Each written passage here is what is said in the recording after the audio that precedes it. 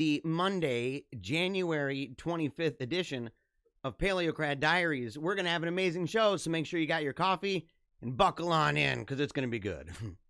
5, 4, 3, 2, 1.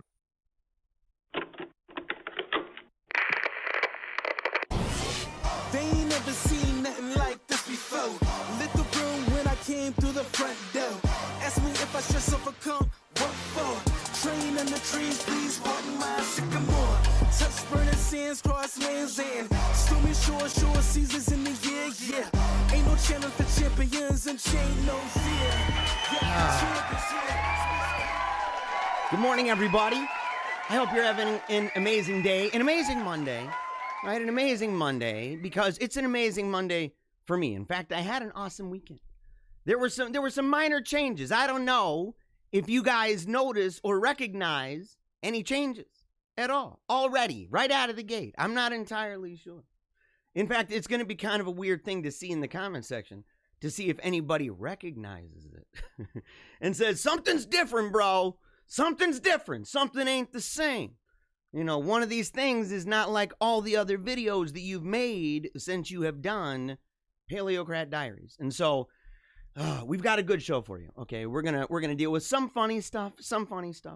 But I want to talk today. We're gonna actually spend some time, right? We're gonna spend some time talking about this idea I had called the Wolfpack World Changer Challenge. That's the idea. And I based it, to be quite honest, right? I've been inspired by a number of different programs that people have done over the years, and some that I've taken part in that were really good. But at the same time, I felt that there were some flaws in those. I felt that there were some flaws. Some things that were maybe not flaws, but it was difficult. I can imagine that the dropout rate was huge for those, a lot of these programs, that it was just massive. And so I said, I don't want it to be something that's so dramatic, because we talk about life-changing here. We're not just talking news. We talk about news. We talk about funny stuff. We talk about changing our lives. We talk about changing the culture that we're part of. We talk about getting involved in being people of action.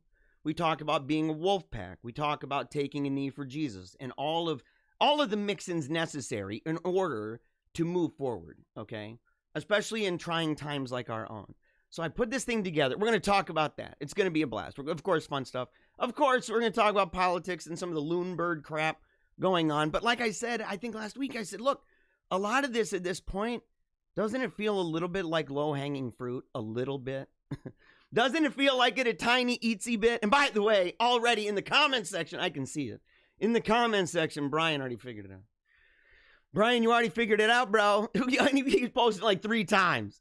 We'll get to the comments here in a second, you know. But well, you know what? We'll just get there right now. We're not even going to play around. But I want to say this first. I want to say this first. As I'm migrating, I got to get my mini-me. Right there, my little dude, my little guy, my little dude. All right, let's go ahead and get that out. Okay, so I was saying, before we get to this, I was saying that, you know, we live in a time where the enemies of Christ, the enemies of tradition, the enemies of what is good and true and beautiful, they make it really easy, right? Because they've gone so far. They've gone so far. And in fact, I think it's an evidence that that God has, in all likelihood, I mean, we don't know, we can't say for certain, but it sure seems probable that God has turned people over to a reprobate mind, because it's so dramatic, it's so contrary to anything even remotely reasonable, and so different from anything that's ever been. I mean, it's just like, it's a full court press with the loon birds now, right? The crazy people are out and about. Apparently they don't like having those, you know, hug yourself jackets and stuff with the love locks on the back. Which we should bring those back. We need to make those great again. the huggy jackets. Make the huggy jackets great again for the left. But the thing is that, you know, show after show after show after show after show. And I tune in every once in a while to different shows. And man, it's like, that's all it is just, well, look at the crazy. Look at the hypocrisy. Look at how insane it all is. And I'm like, wow, we're just going to look at that till we die, right? Because they're not just looking, they're marching forward. Right, well, backward, but they're dragging us along with them. And I said, I don't want to play this game. And so the idea on this show, right, and I said this from here on out, I said, we are going to not just simply focus on news not just simply focus on the loon birds. It's all easy, low-hanging fruit. We're going to get down to the roots of things. We're going to get down to the roots of things. Okay, right here, speaking of the roots, right? The roots for the show, man. It's where the nourishment comes from. It's where all the energy comes from. It's right here. Right here in the comment section. No matter where you are. If you're watching on YouTube, if you're watching on Facebook, Twitch, DLive, Periscope, although I still don't know. When's Periscope gone? I heard it's going away pretty soon. But no matter what, no matter where you are right now, if you comment, it goes into this stream right here. Okay, and you can see right here, so far we've got people from Facebook and YouTube. Those are the two primary places anyway, right? But here's the thing, is that I don't know which page people happen to be viewing. And so, for example, Barbara Farley, good morning to you, by the way. Hello from Wisconsin. Happy Monday to everybody. It's always a happy Monday here. It's always a happy Monday. Even if the show's intro is kind of blah, blah, which it kind of was. Kind of made me a little bit mad. I wasn't prepared for it. I'm late. I'm running late. But Barbara, she's over on YouTube. I don't know which YouTube channel she's watching. There's a whole bunch of them. Right now, there are 19 different channels that are playing this show simultaneously. Okay, so you could be on, 6 or 7 different Facebook pages, 6 or 7 different, 8, 9 different YouTube channels, whatever, like Brian right over here. He's also on YouTube. What's up, Wolfpack? Good morning to you all. Good morning to you. And he figured it out. He was the first one. He said, bro, the beard. What? It's true, dude. It's true. I had to get rid of it, but it's one of those things where I always end up regretting it a little bit. You know what I mean? For one, man, I look like, what's his name? Doc Bullfrog from Emmett Otter and Jug Band Christmas, right? My face kind of looks a little bit like that guy. I mean, he is handsome in, a Bullfrog way. And he's charming and stuff. But, dude, I don't know, man. I feel a little bit like a Muppet. And the other thing is that when you've got a beard and a stash and stuff, it kind of shaped your face. And right now, man, I've got that, 43-year-old thing going on down here, which is part of the reason. That's one of the benefits. It's one of the benefits of the Wolfpack Challenge that we're going to talk about. Week one of the Wolfpack Challenge. We're going to talk about that here in a moment. So, yeah, but I shaved my beard, man. I shaved my beard. And it was weird because my son, Lucian, didn't recognize me. And he was weirded out probably for an hour. And then I left. I went to an event yesterday. It was an awesome event, by the way. Went to an awesome event. After that, came back home. He was still in the world of I don't know. I actually had to show him old videos of myself so that he could see that it's same voice, same everything. And he's like, oh, and he started rubbing my face and feeling it. But it took him a while. Diane, she's over on Facebook. So we've shown you some folks from YouTube. Diane is on Facebook, and she says, here in Michigan, you know what? It's nice to see you, Diane. It is nice to see you. I hope you enjoy the show today. I do. In Michigan, don't you love it? For all the issues and all the problems, for the Empress right now, the Snow Witch, that kind of thing, the Ice Witch. She, I still love the Mitten State. It's still the best state. I've been in tons of them. Well, in fairness, I can't say much about Alabama, Louisiana. Okay, haven't been there, haven't been to Alaska, haven't been to Hawaii.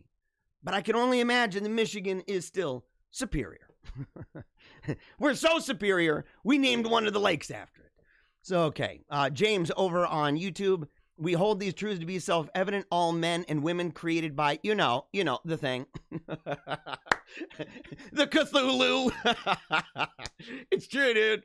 It's true. That's what they're all saying. They're all the big Freemason, Big Daddy G God, the conduit, the coexist monster up there.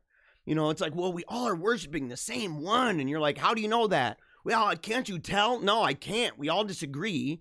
And we have claims that are completely contradictory. I know, but you guys haven't had the trip that I had. You haven't been taking the LSD that I've been taking. I hear ya. All right, let's see here. So, yeah, okay. James says, Jeremiah, why did you shave? I have to unsubscribe now. You went from boomer to zoomer. I was never a boomer, dude. And from boomer to zoomer, dude. No, I'm in that funky place, bro, between Gen X and the millennials. I'm like the youngest year. I'm the last year of Gen X, which is why I don't get along too well with too many Xers, dude. I mean, I don't mean, not that I, we're not friendly, and not that I don't have friends who are Xers, but man, they're all talking, they'll talk about music from the 70s and 80s and stuff that I'm just not, I was never into that.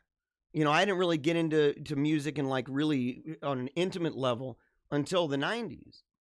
And even then, I mean, it was, I guess the earliest ones would have included what, man? Like Spin Doctors, Counting Crows, that sort of a thing. Spin Doctors lasted for like half of a second. But you know what? People tell me, people say that when I shave my face, dude, that I look way younger. I don't know, man. I don't know. I think I just look like an older guy with no facial hair. I think that's just what I look like. But does having a beard make me look that old? Is that true? Now, how old do I look when I got a beard, man? You're saying boomer, dude. What? What's wrong with you, man? What's wrong with you, brother?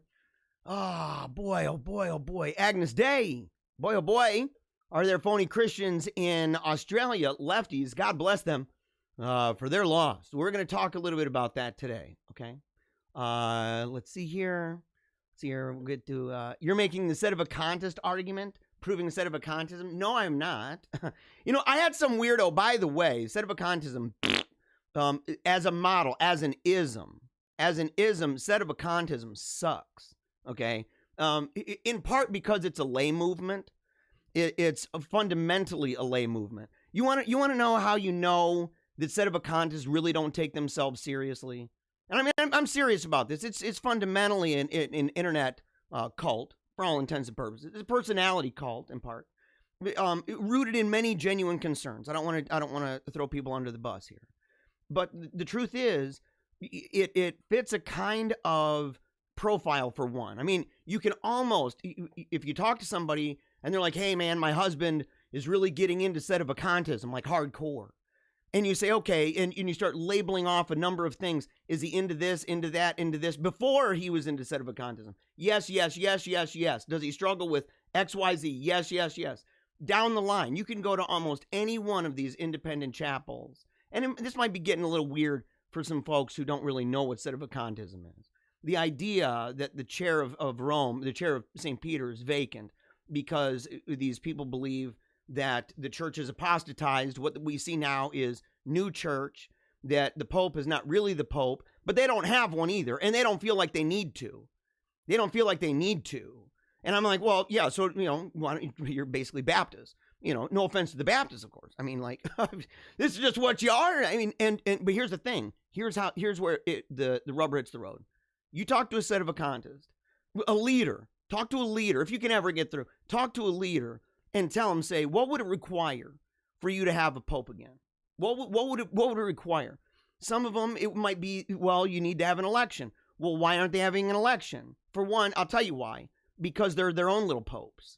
Each one of those people are their own little popes. They have their own little church where they get to tell people what to do. If they're a bishop, especially, and where are the bishops? Why aren't those cats coming together? What's going on with all of that? Why don't they put themselves in line? I think Pope Michael, quote unquote Pope Michael, I think he's a loony guy, right? He's a loon bird. But at least he has some kind of integrity. At least he has some kind of consistency. He's going to look the part of the fool instead of the people who have this mirage of authority, this mirage of actually caring. Now, some will say, and this is the last thing I'll say about it, some of those people are going to say, well, it needs to take place in Rome. Like it's the Italian people, the Roman people. They're going to need the one. I say, so you got missionaries over there, right? You're spending a lot of time focusing on that, right? No, we're over in South America. We're over here. We're over there. Because they don't want anything to do with it. And why don't they want anything to do with it? Because they're their own little popes. That's why. And that's why they get their little index of forbidden books, an index of forbidden people like this. I had some cat recently, and again, sorry, I said it was the last thing. I got one more thing. I had some cat come on my wall recently and said, the Diamond Brothers say, or Michael Diamond says you're a crybaby. Who cares about Michael Diamond? Who cares about Michael Diamond who? Michael Diamond who? Nobody cares. Nobody cares. Yeah. And so that's the thing. Look, you guys, you can play this game all day long, right? I don't know if you are one of them in the comments talking to Agnes. I don't know if you identify as a set of a contest. But here's the thing. You want to know one of those things that's wildly scandalous, wildly sinful, is for the laity to just assume that they have the authority, competence, and jurisdiction to play games like this. They don't even understand the influence that modern technology has had on them, where you have leveling, where instead of having a hierarchical structure where authority bestows authority, instead these people assume it for themselves. They say, well, I can create a YouTube channel, or I can create memes. Whoop-de-freaking do. Good for you. You can do that. Wow. So you're just a lay cult. Again, this is give me a break. Give me a break. Show me their leaders, and when you get in touch with their leaders, take me to your leader. And when you do, ask them, say, why is it that you haven't put your convictions on the line and voted for a pope? Why haven't you nominated one? And why aren't you doing what you think is necessary? And it's because they're not just a lay cult, they're apocalyptic lay cult. Yeah. Yeah, I mean, that's the thing. That's the thing. It's an apocalyptic lay cult. They'll sit there and say, well, it's the end times. Essentially, these people are Nostradamus.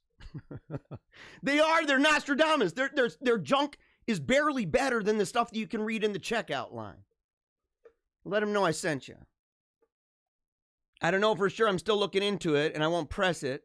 Yes, but he's not asking for any publicity. No, it's Agnus Dei. Agnus. If you want to say Agnus.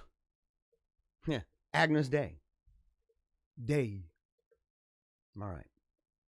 So my whole point of showing you this, and I could get into this all day long. I've had people, they ask me about this, and they're like, and I used to be one.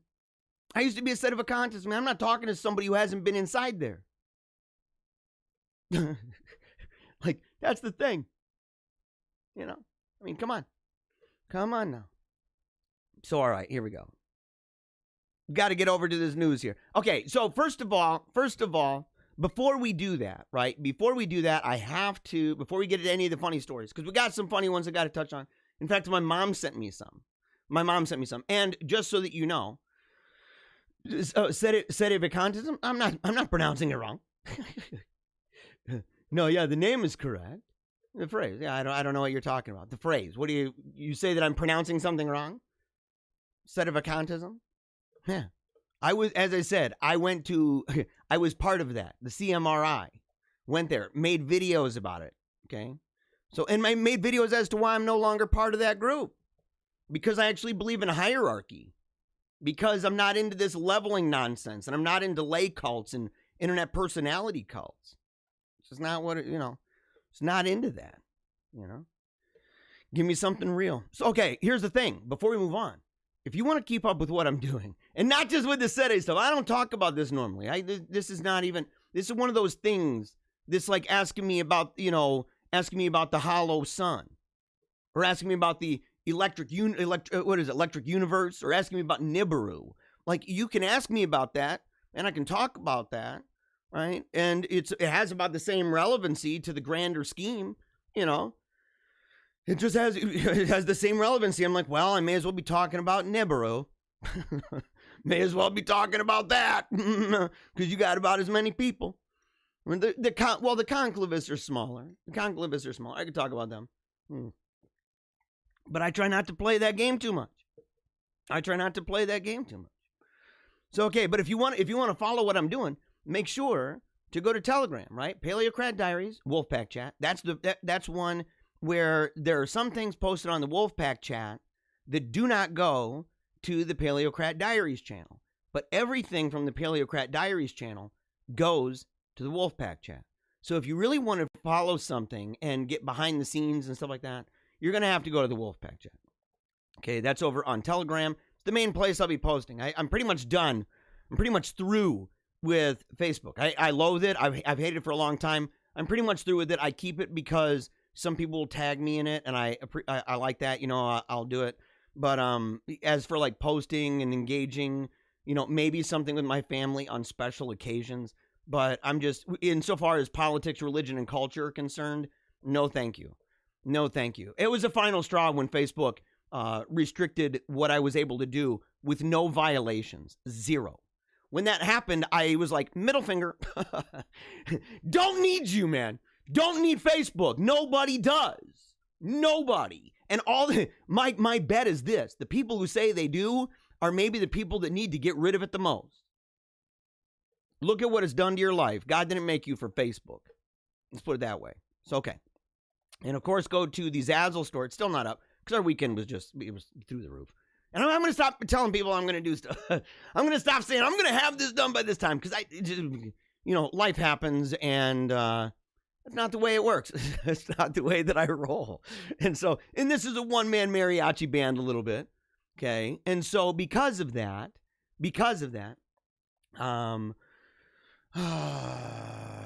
sometimes stuff gets put on the back burner.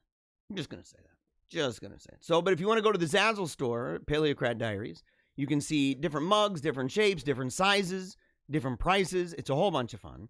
As well as, of course, sweaters, t-shirts, collared shirts, you name it. We even have things like keychains and pins and stickers, magnets, buttons.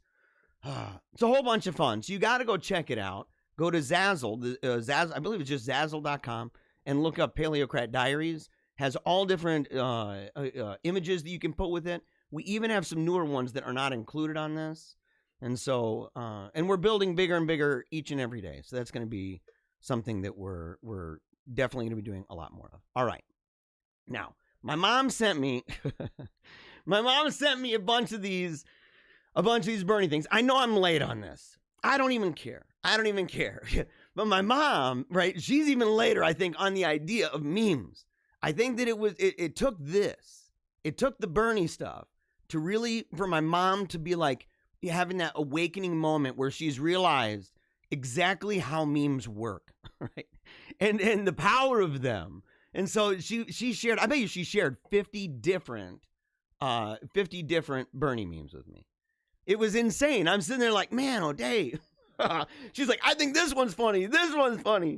And I'm like, my mom's figured it out. So, of all of them, I thought it would be funny to simply show the ones that I like the most in here. The one, of course, is the Muppets, because he looks like the part, doesn't he? Like, he looks like he'd play the part, although he kind of looks more like the guy that he's sitting across from. I don't know why they put him in that other seat there. Not entirely sure what's up with that.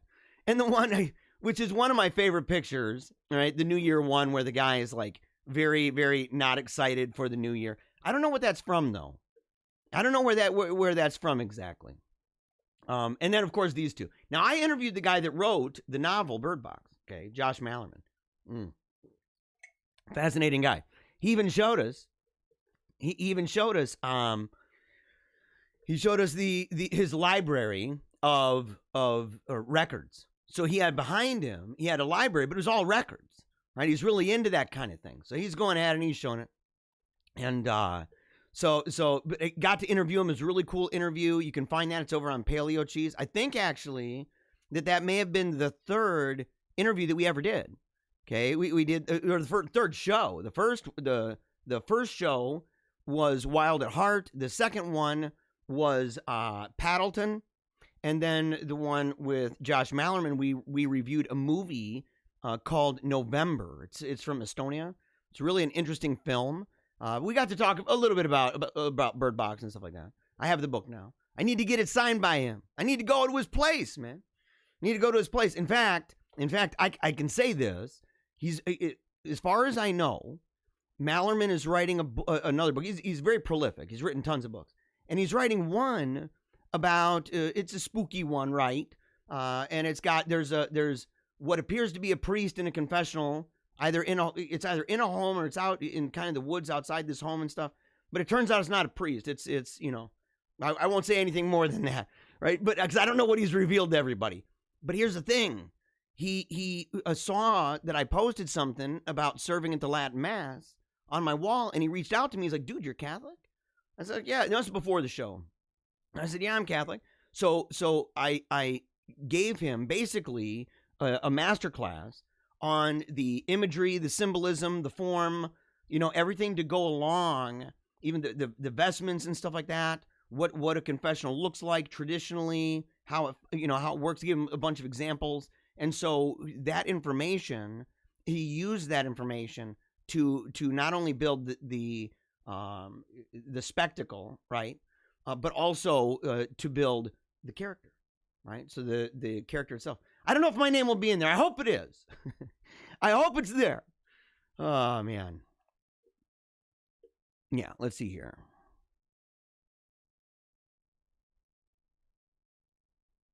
Okay. So it says, hey, don't, okay. So this one here, and are you guys still in the comment section? You guys still talking about the pronunciation of what? Jeremiah, what does your friend think of the movie Bird Box?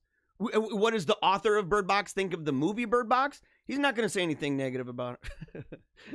I don't know. I haven't read the book yet. I own it. I got it, but I have not read it yet. Okay. And so I don't know. I can't really compare it. But it's he said it was way different. The book itself was actually, it was supposed to be like a contained problem. Kind of like, Nightmare on Elm Street or something. Like it's a contained problem. It's not this global thing. Whereas the movie made it, this is apocalyptic on a scale that's all just cataclysm, like a global catastrophe. So it was different, okay? And so there were certain things that he said, and also the ending. Apparently the ending, and I don't want to give too much away, but let's just say that in the book, the ending is not nearly as flowery as this one. It's the same idea. You got a place out in the woods with kids who are blind and stuff. But the question is, how did the people get there, and how are they blind? And so I won't say anything more than that. But it was a fantastic interview. If you haven't seen it, go check it out. It's really good, man. We had a really good time, and in the movie November was awesome. So, okay, this right here. Hey, don't wait for me. I'm at the hospital. Yeah, okay. Is everything okay? I'm okay. It's just my cousin. He can't speak or walk. Oh, dang, son. Why is this even funny?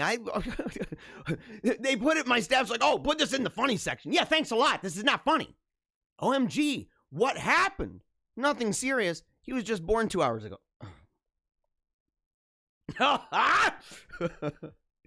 You got me all worked up. I'm sitting here like, oh my gosh, dude, what's happening here? Oh, he's a newborn.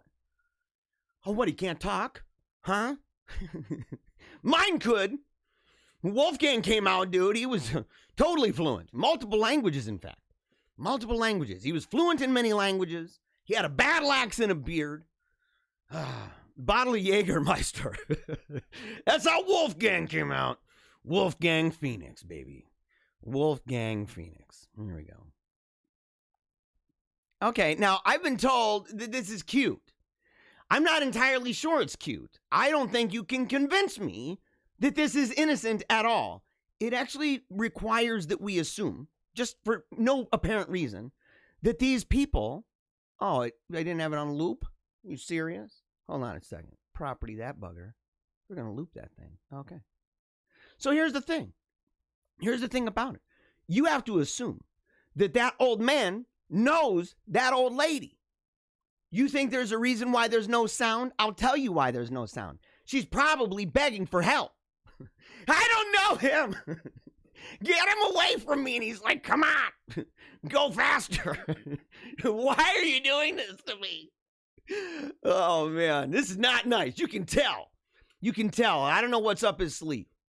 I don't know what he's thinking. He's, well, maybe, or maybe they kind of know each other, and he's like, trying to put moves on her and stuff. And she's sitting there struggling. So he's like, I'll push you and everything. And she doesn't know that he's using the cane. That's why he used his hand the first couple times, so that it would trick her and she would think he's mega buff.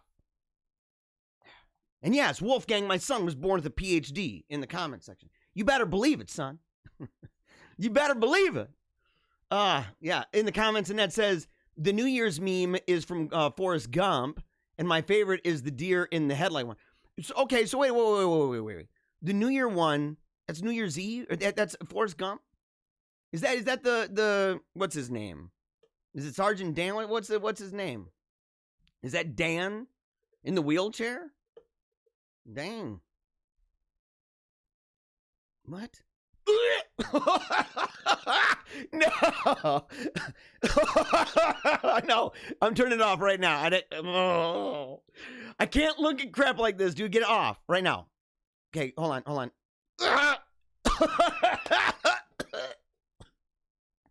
I cannot look at this stuff, dude. That's like totally the stuff that nightmares are made of. Can't deal with it, man. Can't deal with that crap, okay? You don't even understand. You do not understand. I am, the idea of just opening something up and out comes a whole bunch of spiders on my hand. I don't think so. No way. I'd be telling my, just use a blowtorch. She's like, it's going to burn your hand. I don't care. Just use it. Get the axe. What? I'd rather walk around with a nub. No, I wouldn't. I'm lying about that. But no matter what, the point is, yes, I am. Oh, yeah. The understatement of the day here is I think you're arachnophobic. You think so, dude? What gave you that impression? That every time I see a spider, I freak out, dude? Did you see the episode, by the way, where a spider was going down the wall as I was talking? Man, son. I was like, whoa, I grabbed something and just wham. I'm hitting the wall. I had to keep thinking I was going. Oh, I must hate Spider-Man. That's not the same thing. That's not the same thing. And you know it, dude. You know, I don't hate Spider-Man. I used to have my parents, man, they gave me a subscription to that when I was a kid. You know, in fact, I have boy, what was it, I forget what edition, what anniversary it was. It was a major one, though. I still have that one. It's got on the front, it's got a hologram and everything. Super cool. I had, if I remember correctly, I had the original Carnage one, where they introduced the character Carnage. And so I like Spider-Man. Big fan of Spider-Man, not a fan, but you know, I'm divided over superhero movies, man. I'm very divided over superhero movies. All right, now make sure. Okay, we're gonna get ready here. I had some other funny ones. We started kind of late, and I don't want to go on forever. And I wanted to talk about the Wolfpack thing. And I'm sorry, by the way, I am sorry that I went on so long about this really obscure thing, right? This really obscure grouping of enthusiasts, because you know it's not really what I do on the show. I don't talk about that. In fact, I've been invited to go on to Meaning of Catholic to talk about that specific topic, the one we discussed earlier, and I haven't done it. I think that there's people better suited for it, people who that theology and church history is the primary focus of their study. And so, you know, I think that those individuals are better suited. At the same time, I understand why people want to talk to me about it too. I used to make, you know, videos and everything about sedevacantism. In fact, it was a time where the FSSP was interested in some of my work, but they wanted me to re-record it, but to do it so that the audio was better, because it was crappy audio. It was crappy audio. And so, you know, I understand that. At the same time, I kind of sit there and I'm like, look, I primarily talk politics, religion, and culture. And I enjoy learning of enthusiasts, right? I enjoy learning of them. In fact, I've promised that I want to do an entire series on the book Enthusiasm by Ronald Knox. I believe that the Sedes would easily fit into that chapter of church history. I mean, just without a doubt.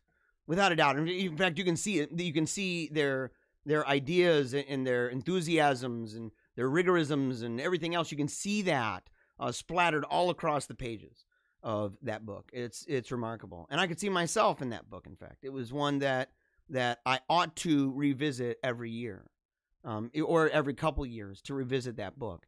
And so I would like to talk about it, but you know, we'll see. Robert in the comments says, all great men, Jesus, for example, have a beard, Mr. Bannister. Come on. It might be true, dude. It might be true. And, you know, I always let it grow back. And I don't know why I always choose to do this in the winter. I always regret it, man. I always regret it. It's one thing to regret not having any facial hair anymore. It's another thing to regret it and to be shivering your brains out, chattering in your teeth, and you're like, why did I do this right now? You're taking all the hair, man, from the sink and putting it back on and using some Elmer's glue. Trying not to be so cold anymore. All right. Now, look, guys, you got to go right now. You got to go make sure, go get that coffee. Go get whatever you're drinking, okay? Whatever you are drinking, you've got to get it because in just a moment, we are going to be doing the Wolfpack song, okay? So we're going to, hold on a second. Let me get back in. 5, 4. Taking that one off. All right. So when we get back, we're going to do a quick promo. And when we get back, we're going to do the Wolfpack song. And after the Wolfpack song, we're going to get to the Wolfpack World Changer Challenge. Okay. It's something that I put together. We're going to talk about that, talk about news, talk about the craziness of the left and what we can do, right? What we can do each and every day.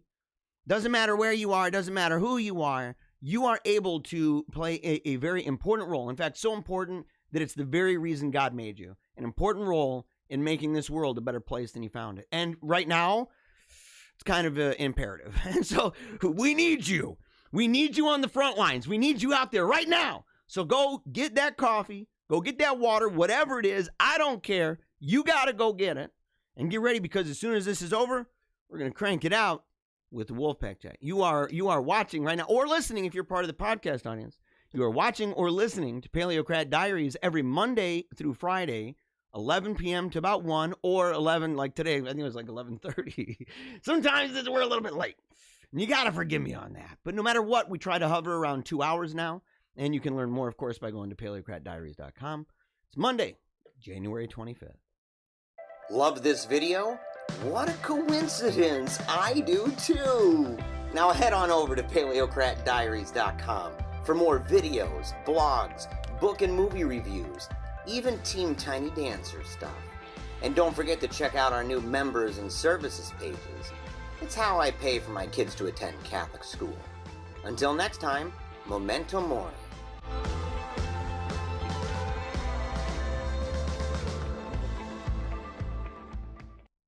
Alrighty, well, here we go. Got to get back on. Got to get back on here. Let's get this window capture out of here.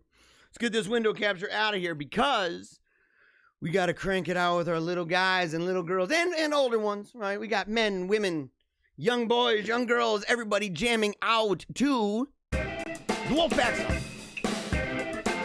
So I hope that you are pumped up, guys. I hope you've got this coffee ready. I know I've got it ready. I got to fill it up. I'm going straight to the dome. We're rocking out, guys. I love the show, and I love you. So here we go.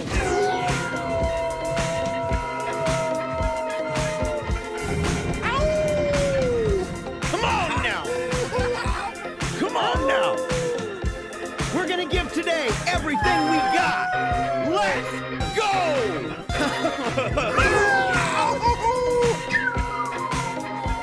No fear, no shame. Take a knee for Jesus Christ. I love you guys. I love the show. Look at these people.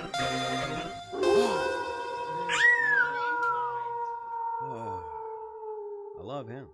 He's the one who didn't recognize me. He's the one who didn't know. He's like, I don't know, Papa. I don't know if that's you. I don't know if that's you. Nope, so sorry about that. Don't know why I did that. Okay. So, I said we were going to get to these stories here. And again, just as a reminder, if you want to follow me on Telegram, Paleocrat Diaries, Wolfpack Chat, that's the one that's got even more. Okay, it's got even more than the main channel. That's the group. Okay, so everything in that group is in the group. Everything over at Paleocrat Diaries goes to the Wolfpack Chat, but not everything from the Wolfpack Chat goes to Paleocrat Diaries. So technically speaking, the group right there, the chat, it's more engaging, more material there. Even say good night, sometimes good morning to everybody. Put prayer requests up and all that stuff. And so you got to go check it out. It's a bunch of fun. So, all right, here we go. Now, last week I shared this picture, right? And we talked about it. And I like to do this every once in a while. I like to take pictures that have rich meaning and a very robust application, right? That we can apply it all across the board to many different areas. That we can say, okay, this is more than just speaking of a specific thing, but it's something that by the very nature of the claim being made or the very image that's being shown, it's able to apply to many things that we may be talking about through the week. And I don't know if you guys catch this, but there's a kind of flow, right? There's a system to the madness, right? There's a rhythm and rhyme to the madness of the show. And you can even hear it in the flow of the show each and every day, where it has a certain structure. Everything is kind of connected together because we're making it a megazord. That's what we're doing, right? Because it's not just random this and random that, a bunch of bullcrap. We're not doing that. We're not playing that game. And so here's the deal. If the rule you follow brought you to this, of what use was the rule? If you're following it well, by the way, and I feel that we have followed the rule of the world rather well. I think that we've the idea, the technocracy, right? The notion of materialism, that we've given up on the idea of a more eminent spiritual realm in our lives. And that it's difficult, in fact, for us to imagine a world where we are, a term that people have used is porous.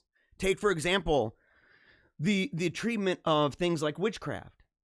If you talk about witchcraft to a lot of modern minds, and I'm hesitant to use the term, but let's say that we use the term modern minds and you say witchcraft, and you say the idea that somebody can put a curse on you or a hex on you, that kind of a thing. A modern person, by and large, if they're going through, let's say, a sickness, right? They're sick. Rarely ever will the modern mind even factor in the possibility that has to do with any kind of sin, any kind of curse, any kind of demonic activity, anything like that. It is automatically, the default, real quick, it's just physical.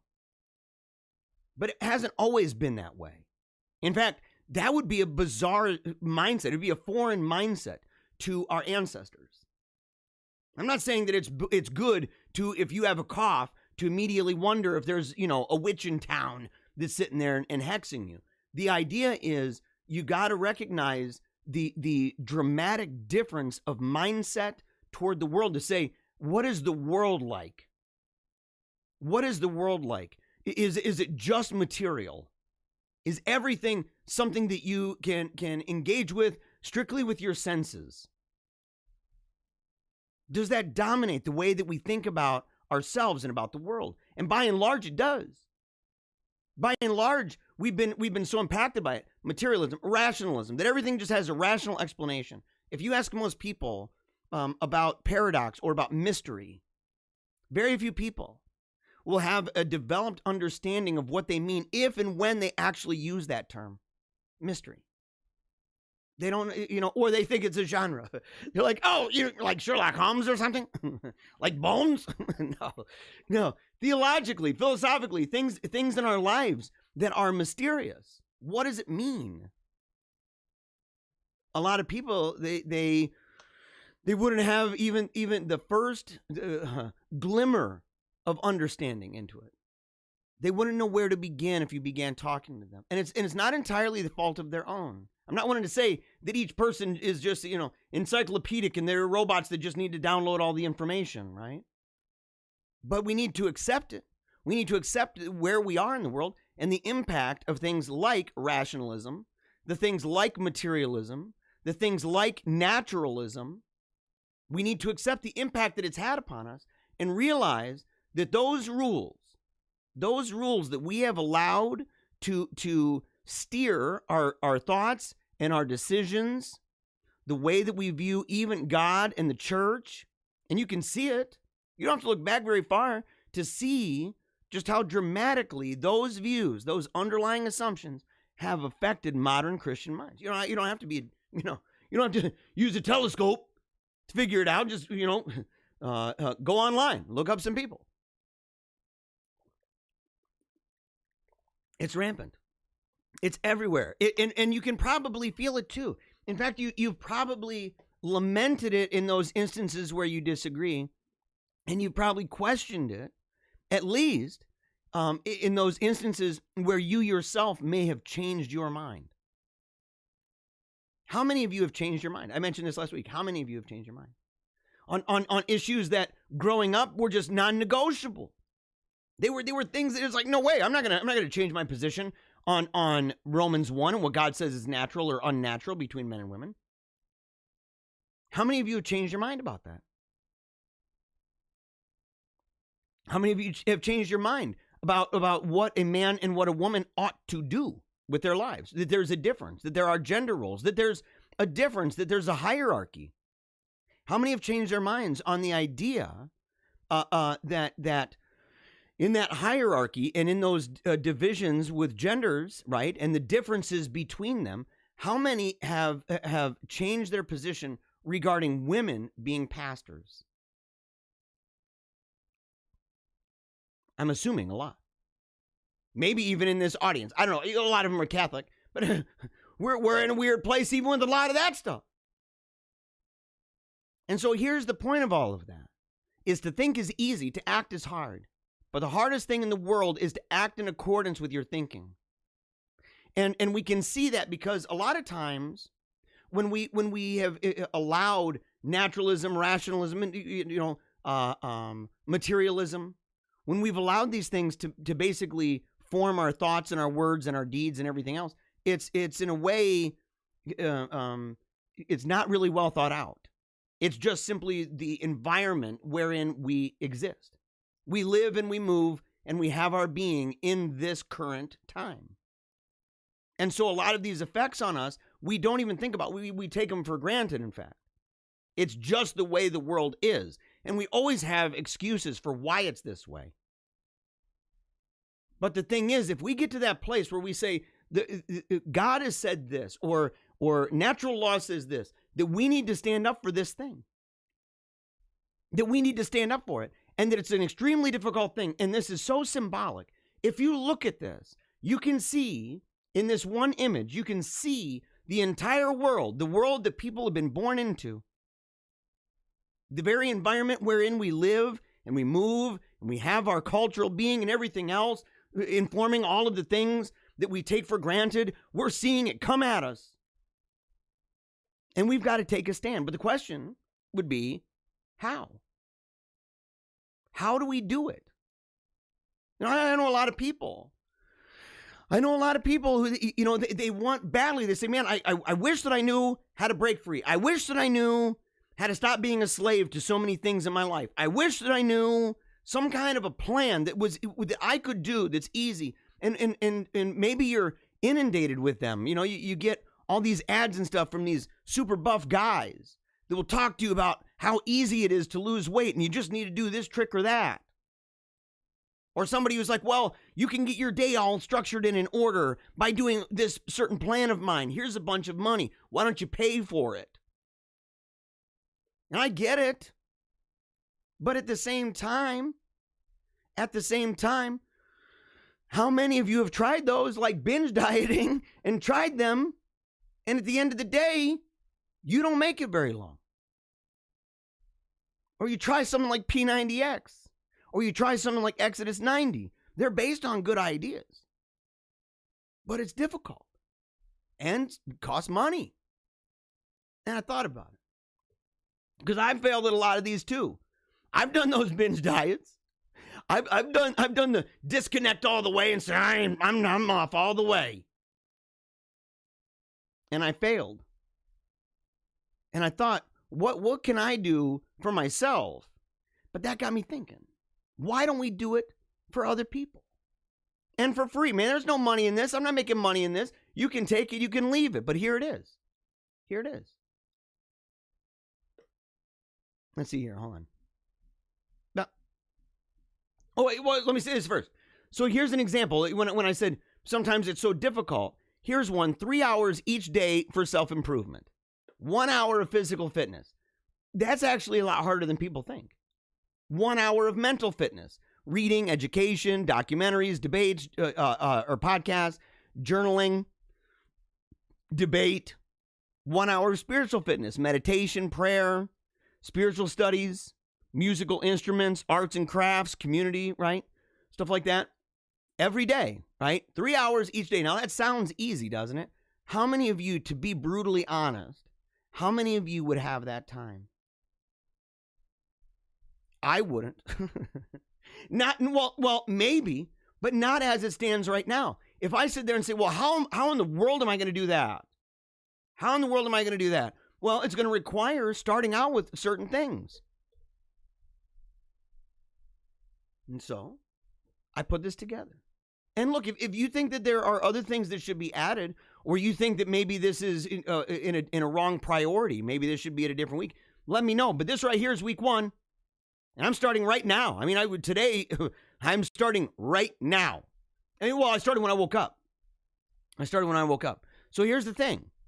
The Wolfpack World Changer Challenge, week 1, and there's my daughter right there, rest in peace, Samantha Lee, love her with all my heart. Never give up, keep on smiling. That right there, that's where we got the mottos for this show, okay? But here's the idea. Never give up, keep on smiling.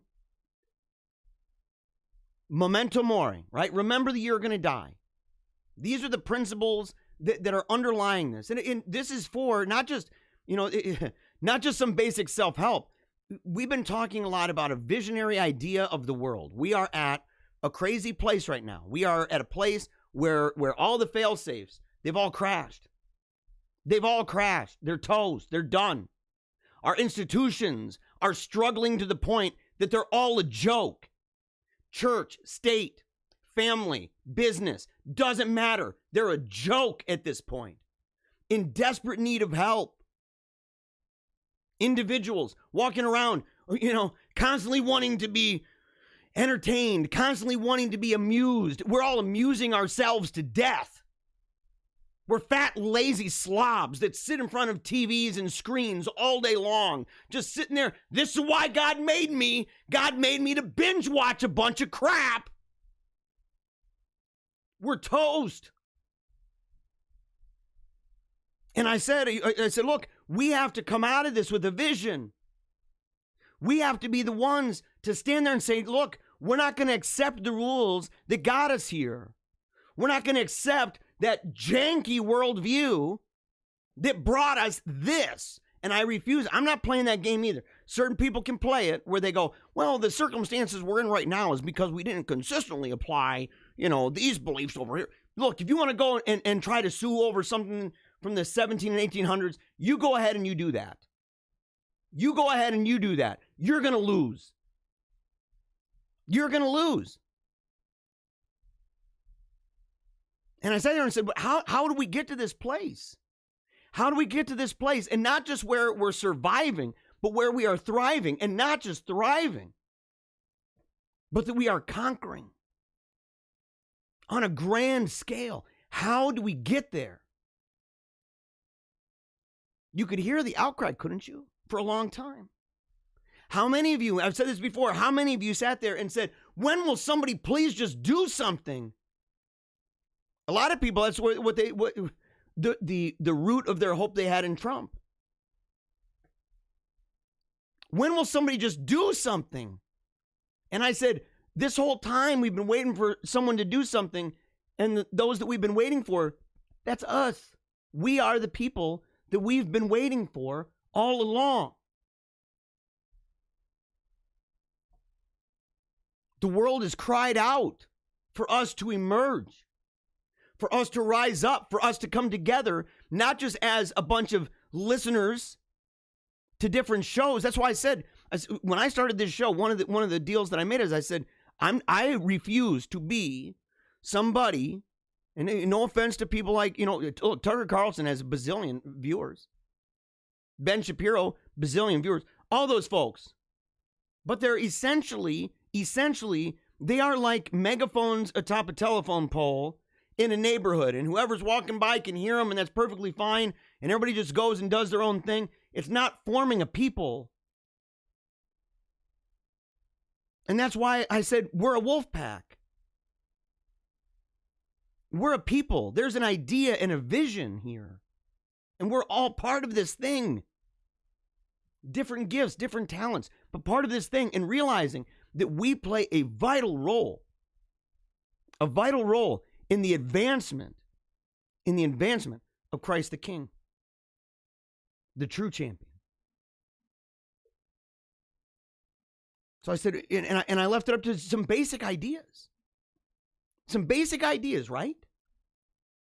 And I said, never give up, keep on smiling, memento mori. And you begin by taking a knee for Jesus.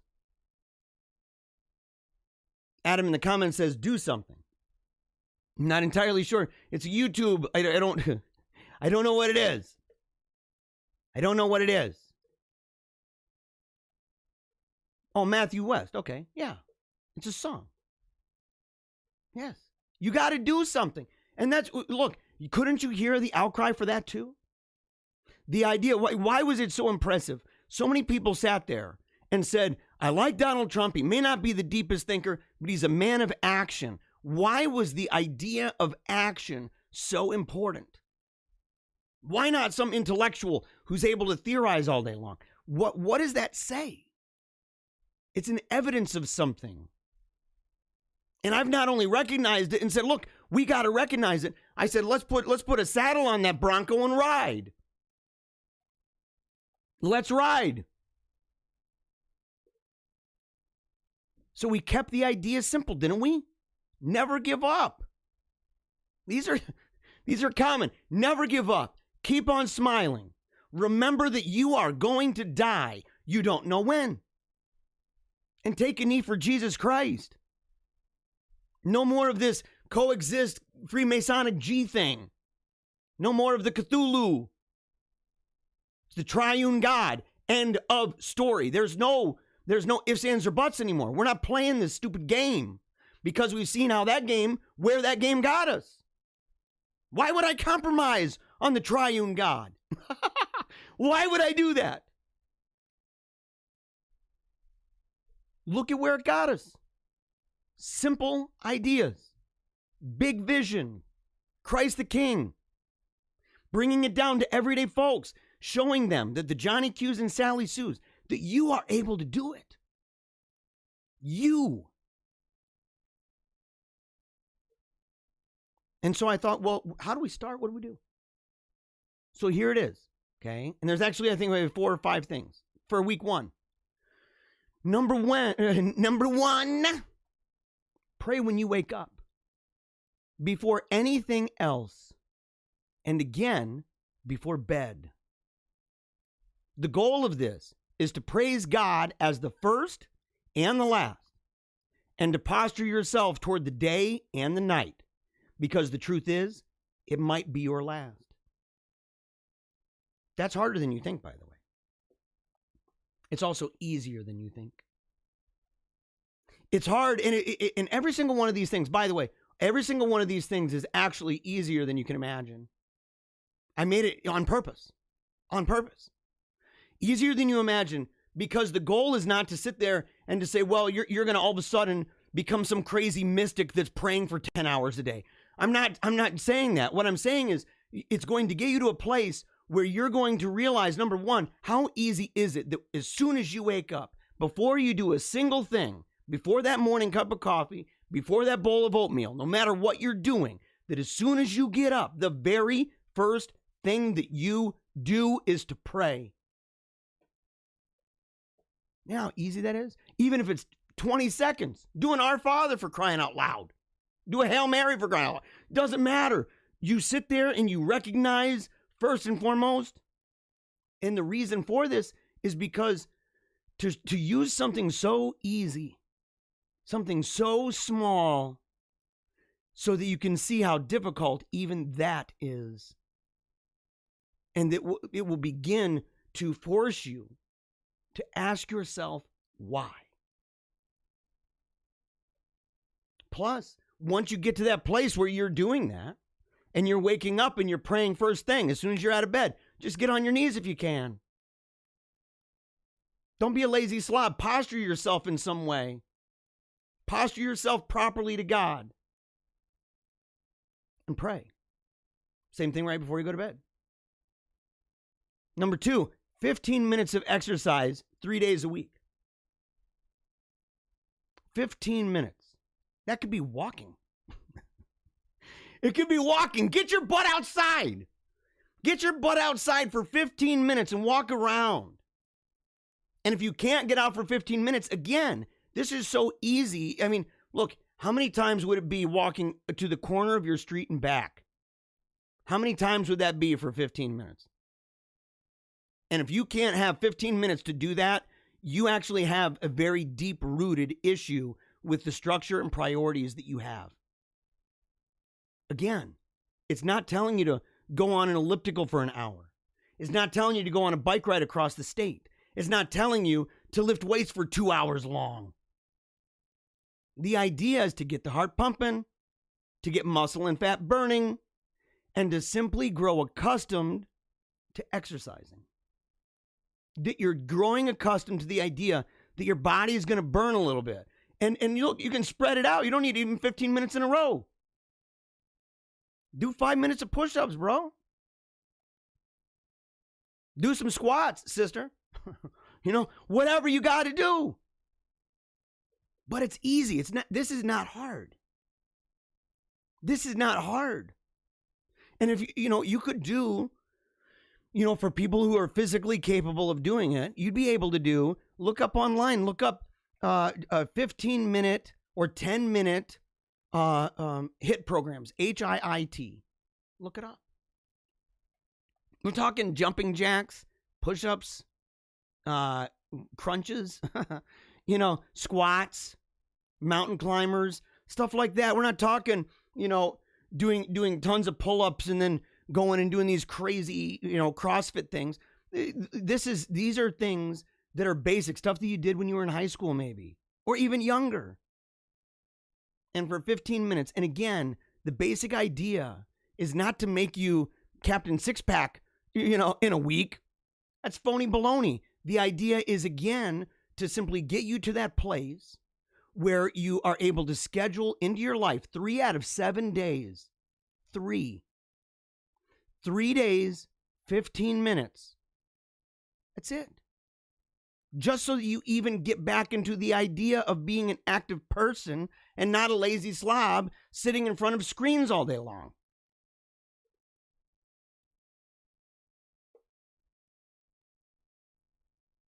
Oh, no.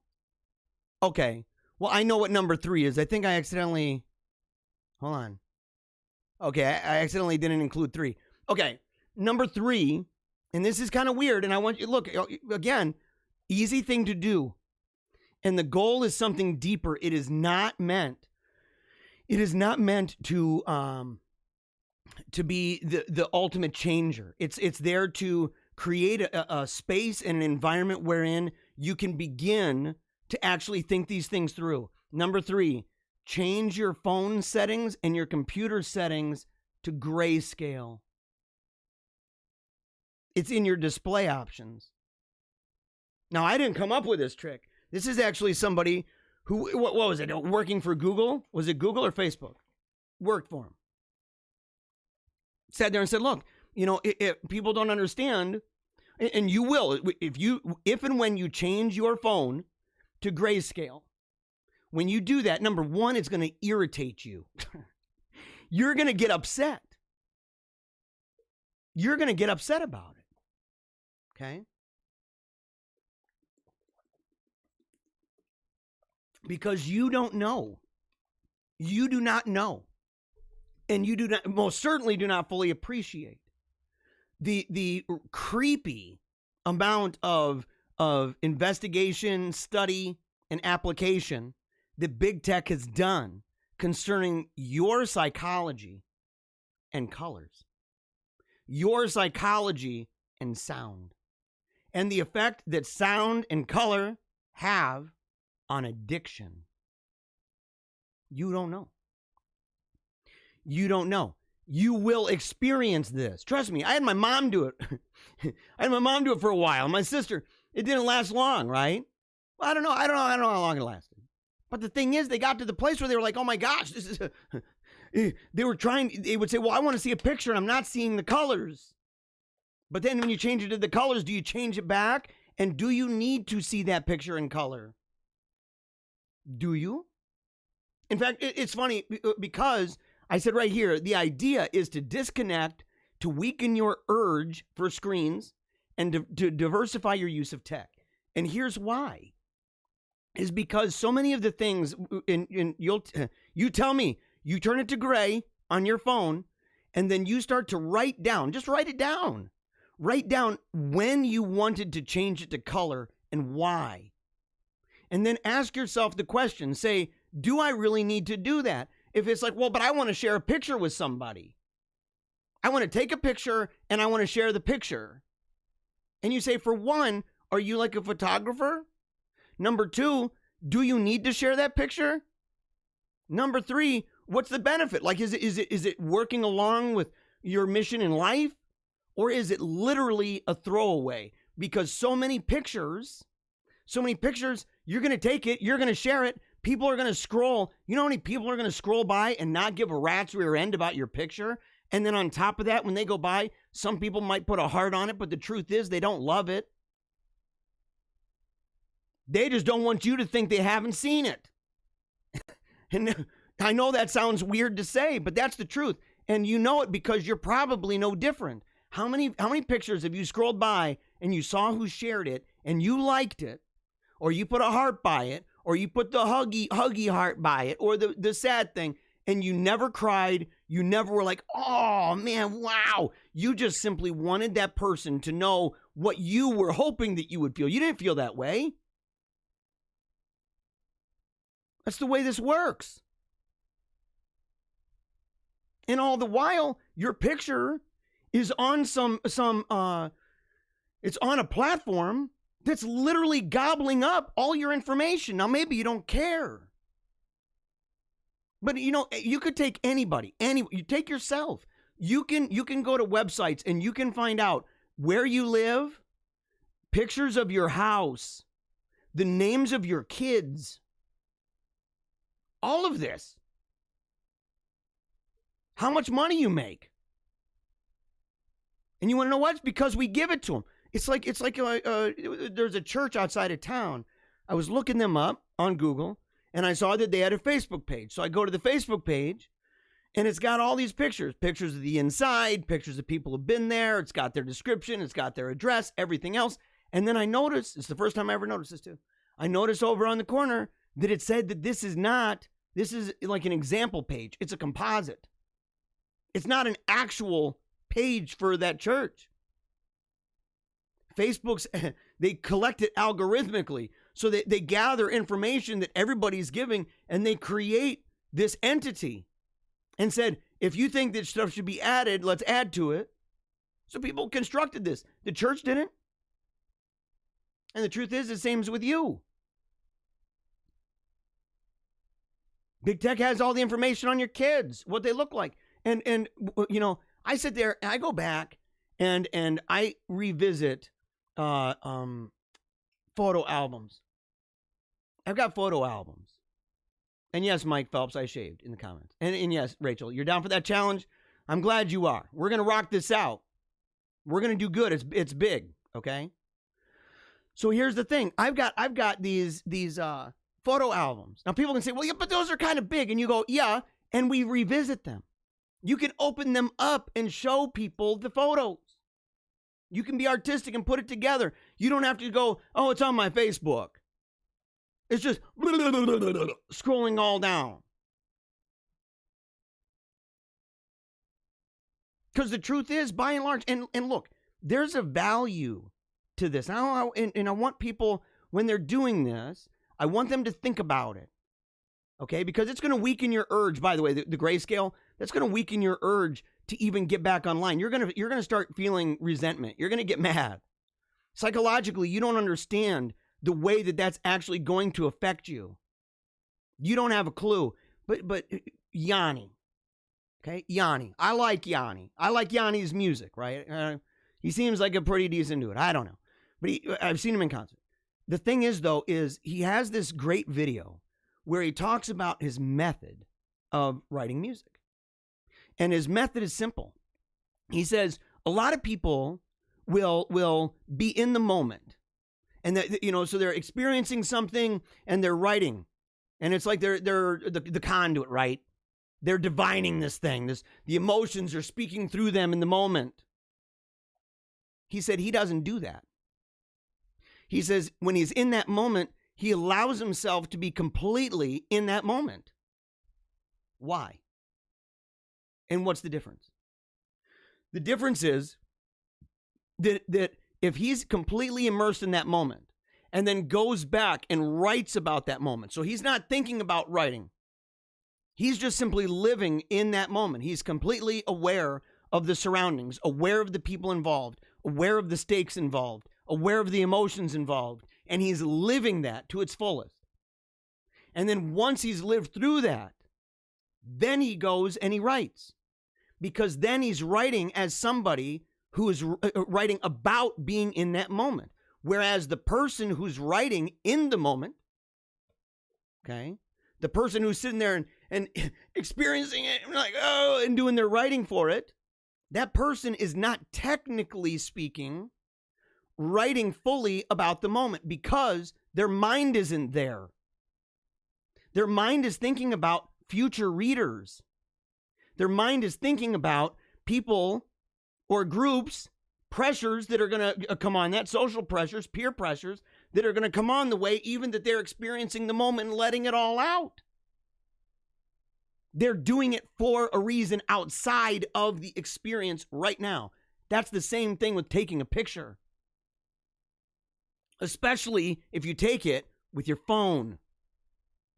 Your idea is to share it, not to preserve it.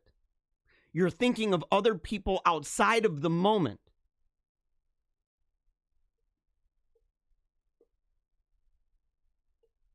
That's the thing. So you look at it and you say, well, you're kind of confusing me, and say, well, then if you're in the moment and you're taking a picture, you're not fully thinking. Let's say you're taking a picture of the kids and the kids are playing. That's great. You took a picture.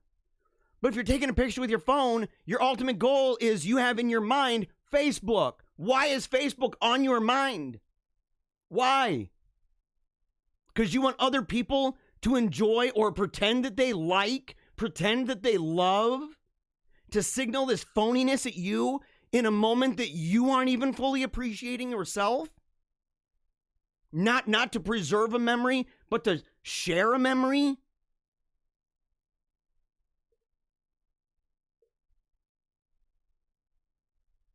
But it will help you disconnect. It will help you also to say, do I need to use my phone as a GPS? Do I have a GPS? Do I have a map? Do I need to use my phone? And phones are the primary culprit. Phones are the primary culprit. Do I need to use it? What do I need to use it for? Do I have a camera? I do, man. I got a camera. I got a Canon. I've got a Nikon or Nikon. I've got multiple cameras that are way better than the smartphone I have. And it's hard to use smartphone pictures, for example, for my store. Because the quality of it. Number 4, reflect on gifts and talents. Return to long ignored interests and hobbies. Think of how easy this is. Think about how easy this is. Some of it is just simply going back to where you came from and saying, you know, I used to like to draw. I used to love to play guitar. I used to play chess almost every day. I'd study it. I played pool. I would go golfing. Reflect on those things. And why? What's the goal of this? To reconnect with the real world, with the reason that God made you, and with the sound of silence, the benefit of boredom, the peace of privacy, and lessons you can only really learn through leisure. True leisure.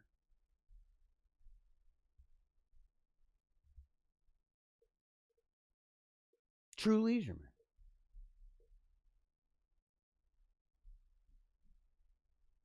Now, someone says, Ann Campbell says, no, not I. It is to preserve a memory. On a digital device? Where are you putting it? On Facebook? You're putting it on Facebook to preserve the memory? That is literally a very inferior way, Ann, if that's what you're saying. That's an inferior way. That is one way, but it's inferior. There are other ways you can preserve that. It's okay to have a digital copy. Why don't you put it on a USB? No, a flash drive. Why don't you put it in? Why don't you buy a server? If you really are caring about preserving that memory, why don't you put it on a server? It says, no, for myself. Oh, not for Facebook. Well, then you're good. Hey, I figured. I'm like, are you really going down that road, Ann? I'm recognizing your name. Yeah, I'm like, there's no way. There's no way Ann's doing this.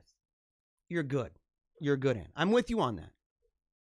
But the idea is to say, look, what are the things that we've allowed ourselves to get rid of in our lives?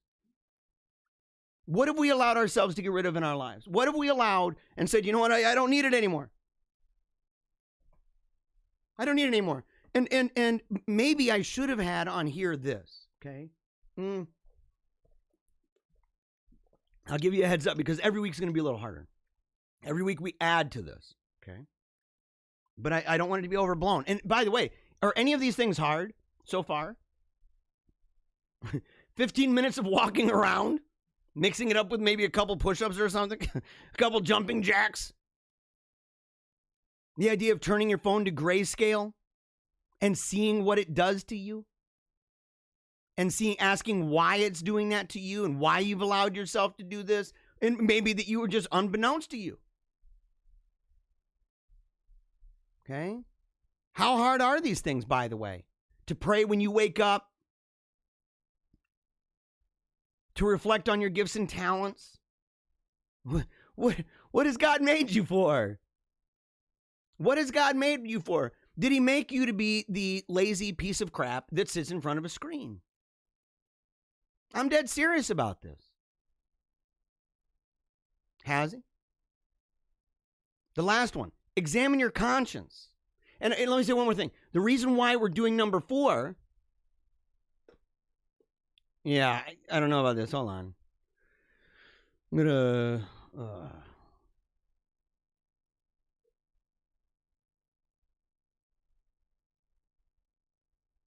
So here's the thing. Here's the thing, is that the reason for number 4 is also to get us to a place where we're thinking beyond the stuff that glows. Because we need to ask a really fundamental question, and it's not on this list. It's next week. And that is to dedicate that whole week to a specific request. And that is that God will show you and will speak to you about your vocation. What is it that God made you for? What is it that God designed you for? From before the foundation of the world, he thought of you. Why? When Jesus died, thought of you. Why? So that you could sit there and be a fat slob, lazy, piece of crap? None of us. That is 0 people. God didn't say to a single person, I can tell you now. God did not say to a single person, well, you know what? The reason I made you is so that you can sit down in front of Netflix and Prime all day long and just get fatter and fatter and fatter. 0 people. 0.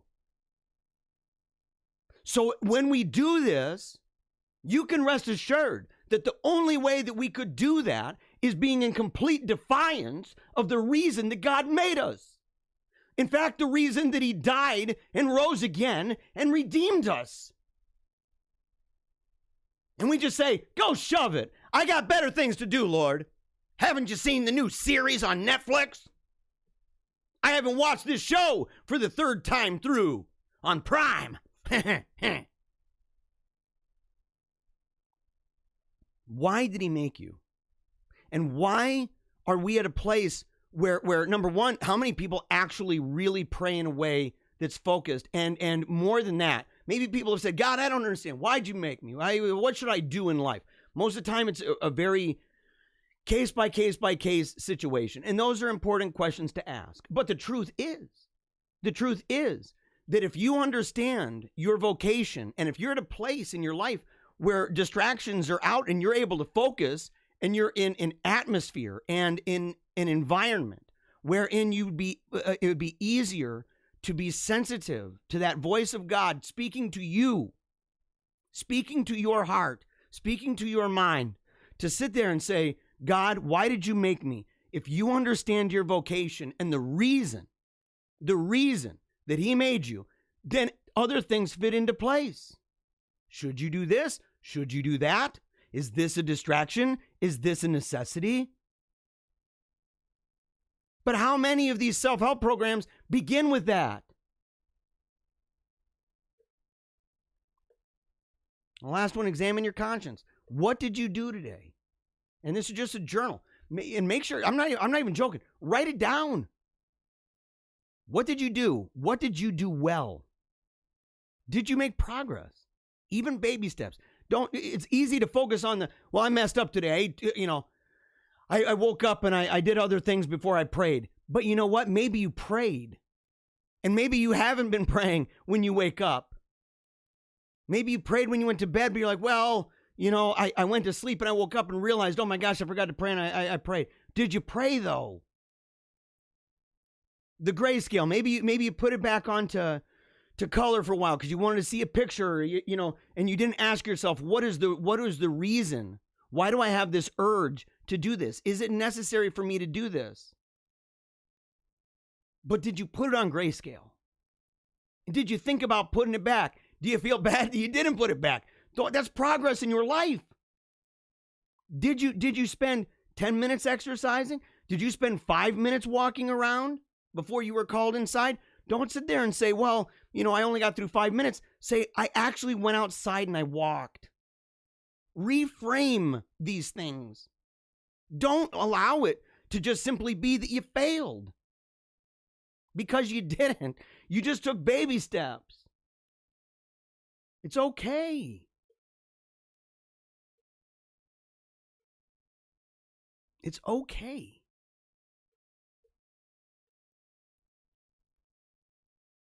The thing is, we're going to add extra details to the challenge every week. And I got to say this, these ones right here are easy. They will get tough.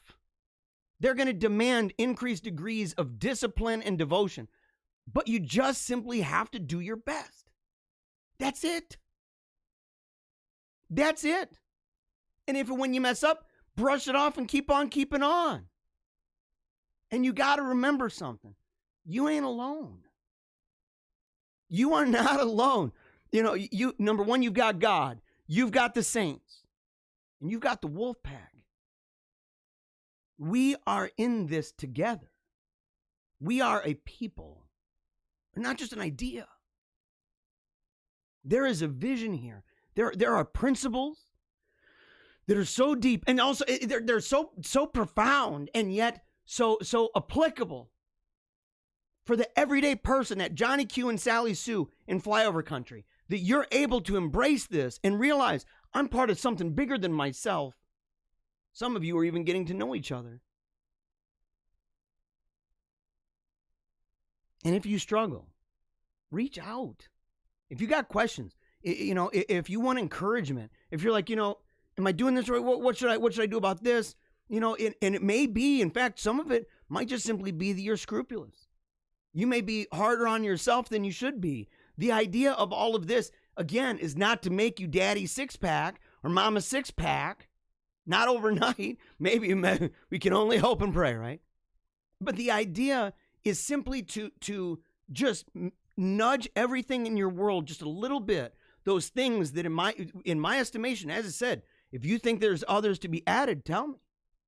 But in my estimation, seeing the way that the world is operating and seeing those barriers to really breaking free and forming a lifestyle and a mindset that allows us to advance for Christ the King in this world in a powerful way, that if you look at it and you say, well, what are those things that we can do that just simply just kind of and nudge it, and that nudge like that just breaks off debris just enough that it gives us a little bit of wiggle room It's like being completely covered in ice, and you get some crack, and you start to see the movement above the crack, right? Where the person who's enclosed in the ice sculpture starts to move around a little bit, jostling around a little bit. The more that happens, the more heat begins to melt.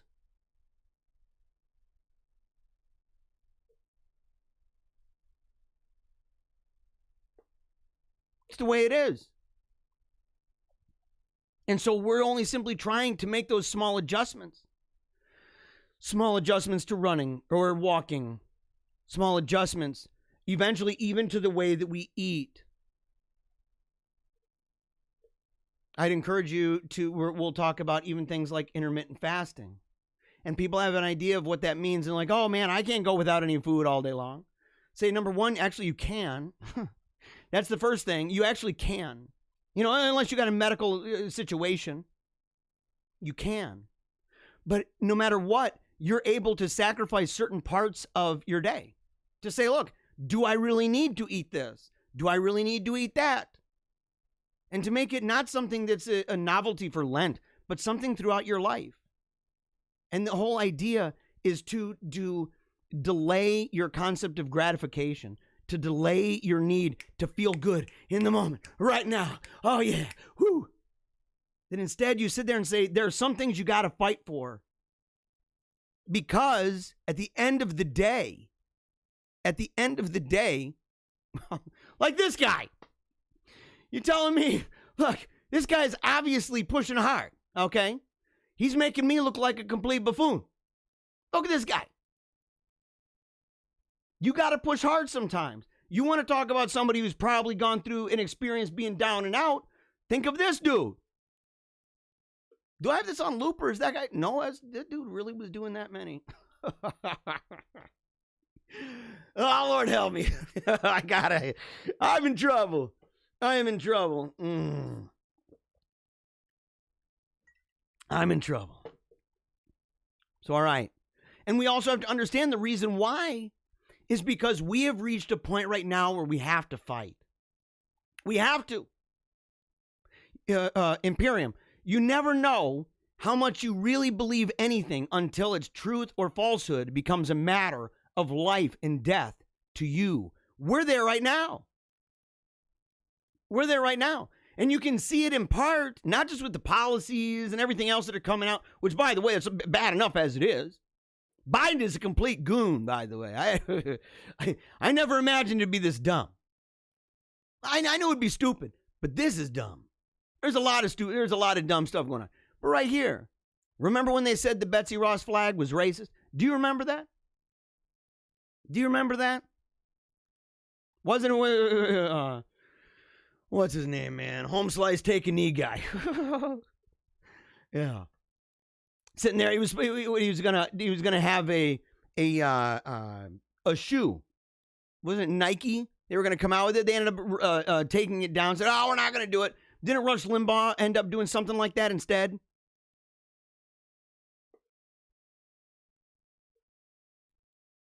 So here's the thing.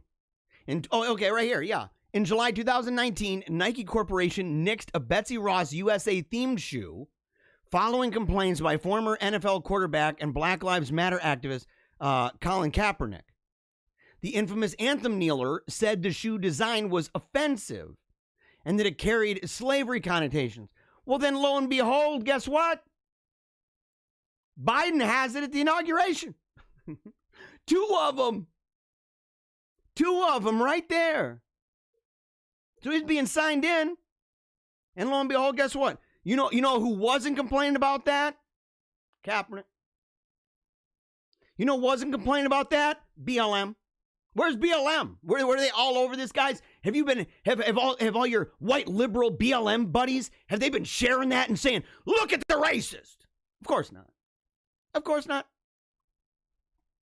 Because they ultimately don't care. It's not about that. We got to be okay with that. We got to know, just right now, settle it right now, they don't care. They don't really care about the stuff they're talking about. They don't care Betsy Ross flag. Do you think any of those people woke up and they're like, "Ooh, did you see that Betsy Ross flag that Nike was going to have on their shoe? We need to go out right now and we need to start sharing on social media. We got to let all of our friends know. They got to take it down. Take it down now." You think there's one person that actually believes that? If so, I've got that special Hug Me Tightly jacket for you with the love locks in the back. And a nice, soft, cozy room surrounded with Nerf for you.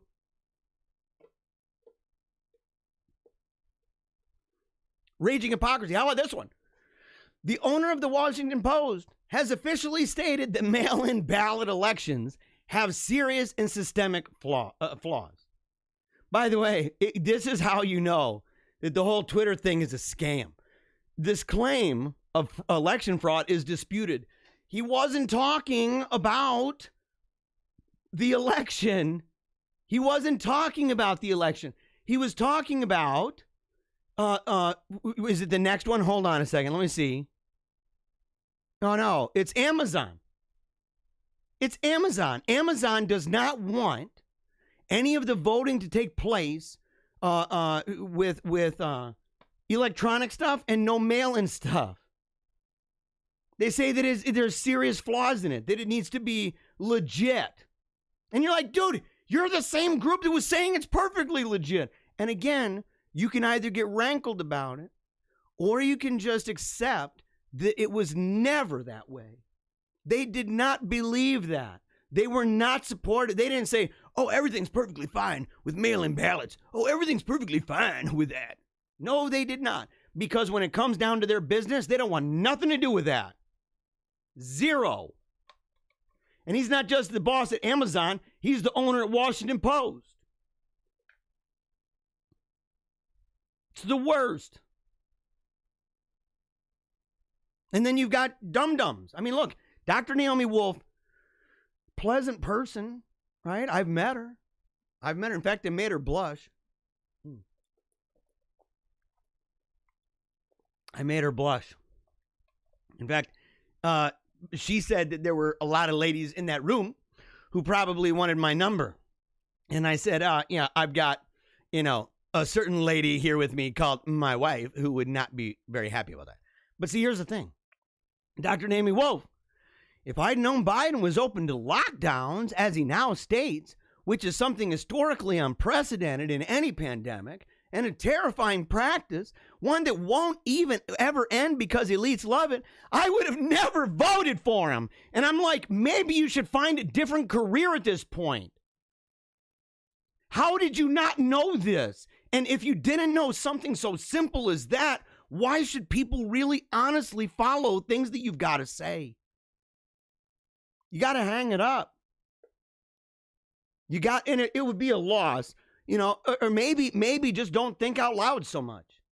Reserve it for books. There's actually a benefit to that. It takes a lot to be able to talk in real time like this. There's a lot of work that goes into that. Most of it's not knee-jerk reaction crap. But how many people are like that? How many people right now are talking about their regret? I can't believe Biden did this. What, the fracking, dude? The fracking straight up lied. We all knew it. People are like, oh my gosh, what's going on? All of a sudden, it seems like these states are loosening the lockdown rules. And all of a sudden, CNN doesn't have the death counter anymore. And all of a sudden, it seems as if we were the highest rate right before the election, the highest rate of death. And it was just going up, right? And all of a sudden, Joe Biden wins. And the next thing we know, it seems like it's plateaued. I think it's okay to open things back up again. We knew this from a mile away. We knew this from a bazillion miles away. Did we not? We called it again. Every day on this show is Babe Ruth. Every single day we point that bat out and I say, dude, you don't think I can hit it out there like that? You're out of your mind. I have so far months and months and months and months to verify that. I ain't leading you astray, period. But it's not just the dummy dumbs there. It's the dummy dumbs here. It's okay not to have kids. Why I'm happier now when I'm super fat. You have all of these magazines telling you that it's okay. Don't have any kids. Be a self-serving a-hole. Be somebody. And look, some people were not destined, in fact, to have kids. It's a different thing to say that I believe that my purpose, that I am supposed to dedicate my life to certain things.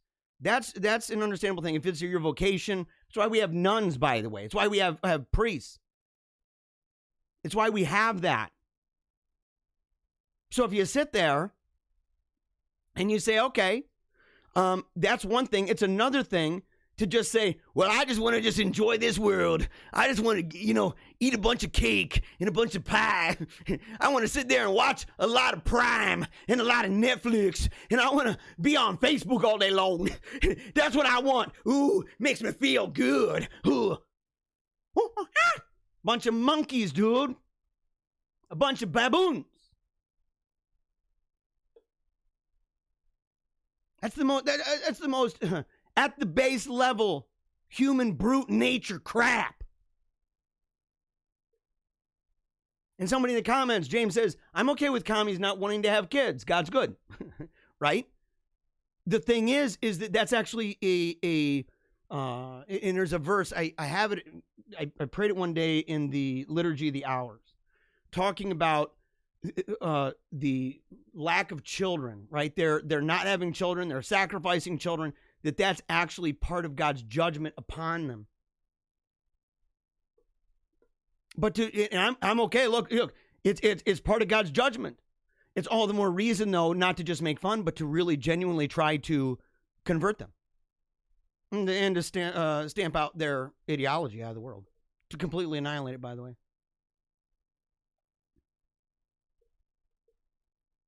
But it's not just them. Douglas Emhoff is America's first second gentleman. Why his groundbreaking role is threatening to outdated gender norms.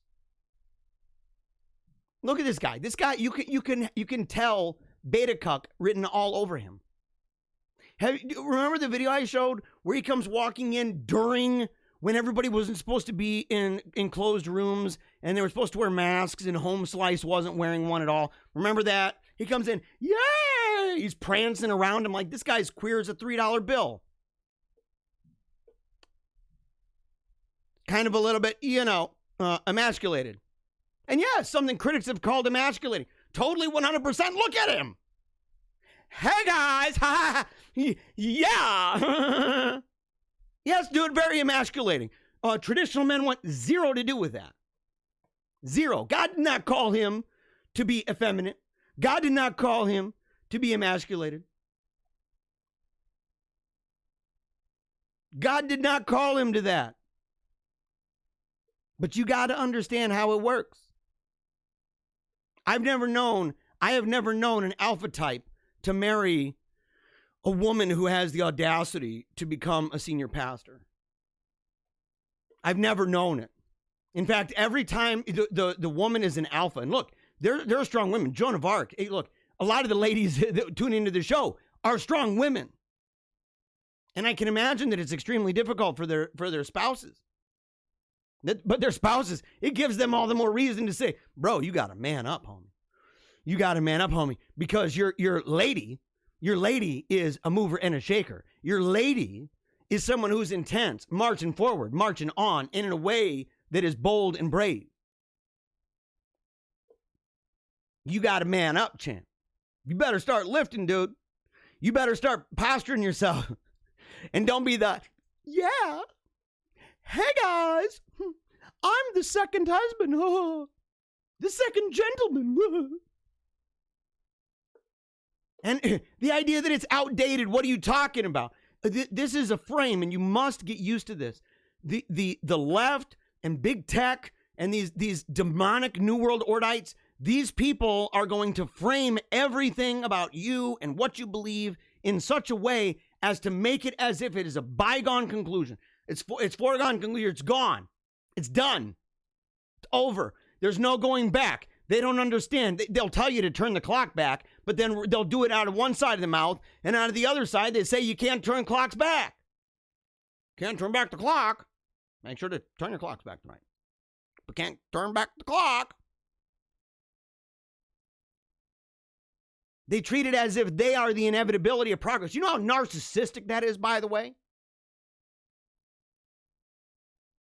Do you know how narcissistic that is? To sit there and simply be like, look, all of human history, man, has been marching on toward, me and my beliefs. Me and my beliefs. We are the advancement. We are the pinnacle of all human civilization. And you say, wow, so what was civilization? Like, what was it? Was it like going toward a certain direction? Who put it in that? Well, I don't believe in providence or nothing. Oh, so just a bunch of random events? Yeah. Random events made their way to you? Oh, boy. Well, we should coordinate even harder then, guys, because we need that crap out. We don't want nothing to do with that.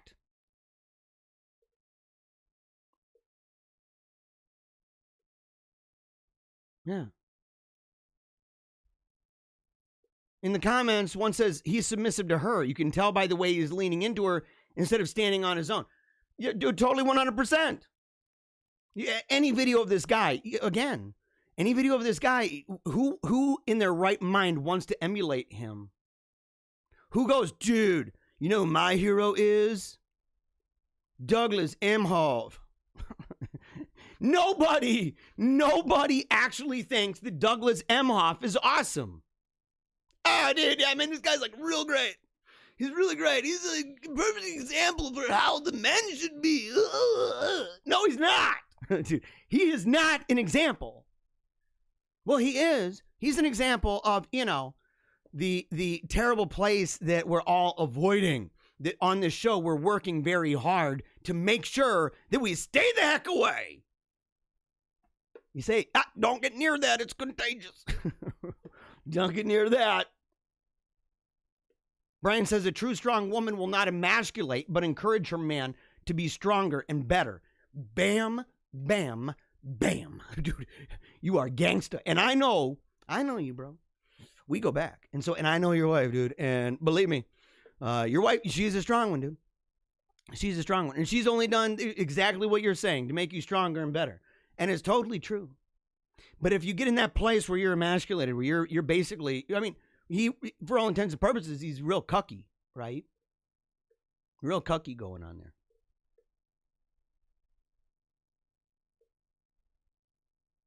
We need to fight hard too, because we live in a world, and look, it makes me think that these people that voted, these Christian people, and some of them even conservative Christian people, who voted for Joe Biden, and I know some that defended it every day. Oh, it's okay. It's okay. And they said, and you asked me, say, so are you an accelerationist or something? Like, are you trying to create the demise, anything that will create the destruction? No, Donald Trump is that. I'm voting for Joe Biden. He's going to bring us back to some normalcy. And you're like, dude, he just made it so that, the dudes and the chicks can have the sleepovers. Just made it so they can play some sports. Oh, yeah. Joe Biden's America. Identify how you want. No one cares. But when you start destroying biological women's life's work is in sports, we should be reassessing our sanity. Look, that's an understatement. Where are the feminists? They're toast. Their minds are gone. They are done. Don't even worry about them. Get them out. The feminists, that is a canard. Just walk away. We don't even need to talk about where are the feminists. Who cares? Where are the soccer moms? Where are the soccer moms? No idea. No idea. Probably aborting their kids. Probably contracepting their kids out of existence. They're good enough with the ones they've got. They're difficult challenges in life. You don't want to have too many. You might not be able to live in a house that nice. You might not be able to buy all the fancy food.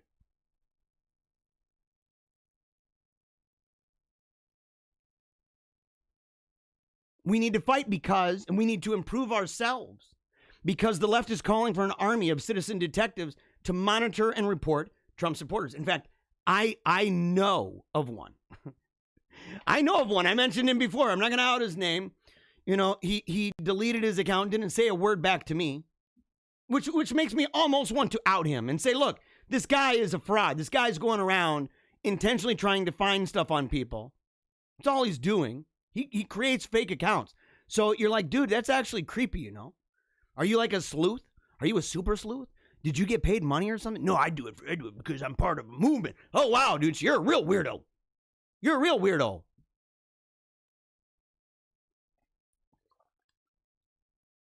Yeah, novelist Don Winslow.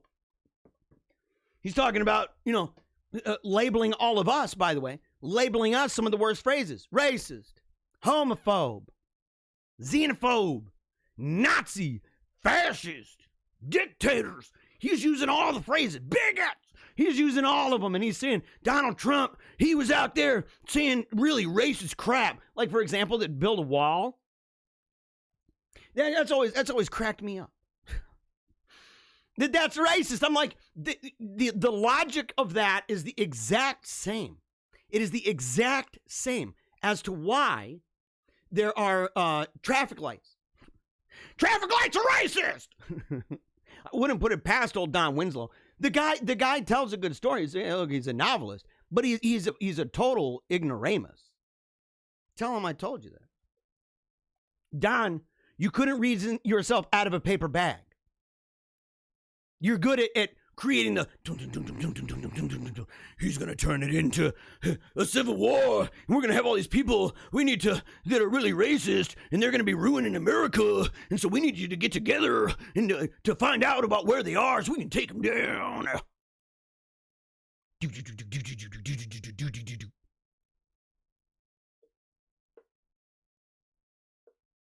Yeah, and in the comments, Wigliff, the Greenlander, check. I meet all their accusations. What they're gonna do? Look, that's actually one of the things here. Let me see if I can get in there. Put leftist army. Life is bigger. Don't apologize. It's one of them. Every single time you try to convince someone that you're not a racist, they win. The argument is over. You're automatically on the defensive, right? You're automatically. And you're dealing with people who, for all intents and purposes, are themselves race realists.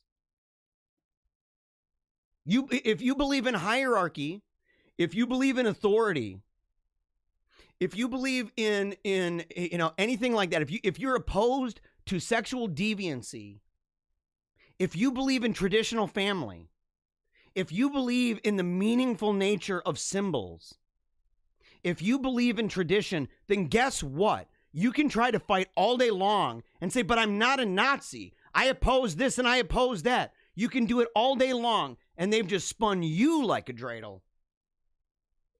Don't do it. The argument's over. They've beaten you because you're now a dancing monkey and you're begging their approval and understanding. Stop letting their words have power over you.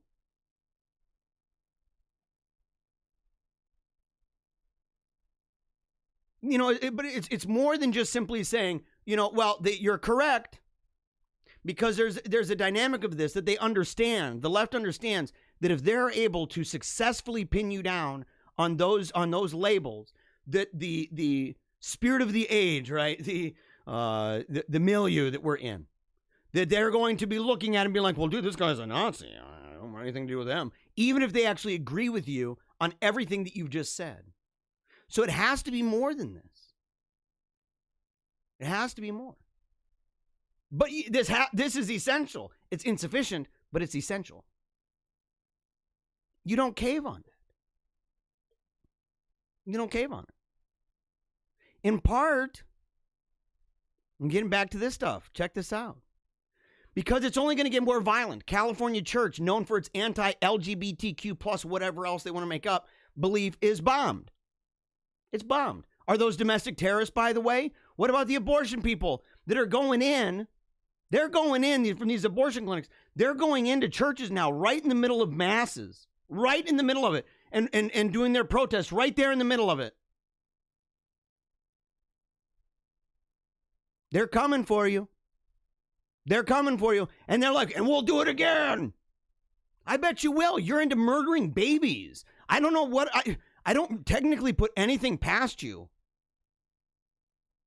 You're willing to literally poison and to dissect and extract babies and then sell parts. You're completely okay with that. You're all sorts of messed up. You're all sorts of demonic. What? I don't put anything past a demon. Nothing. You get to that place in your life where you think that that's something that's not just okay, but you're the one going online and talking about how it feels so good. Oh, it's like orgasmic. Satanic demons. They're satanic. They're demonic. They're no longer. That is no longer. That's like another level, by the way.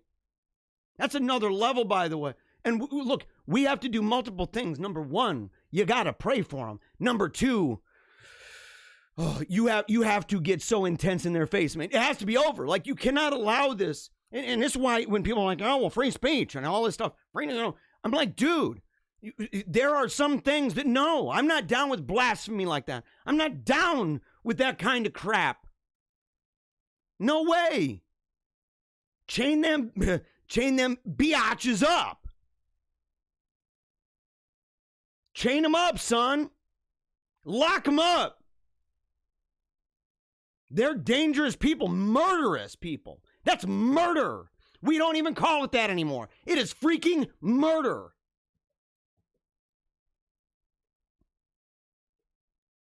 And they know it is. They can pretend all day long that it's not. Deep down inside their heart, they know that it is. It's murder. Murder, murder, murder. It has been a holocaust of children.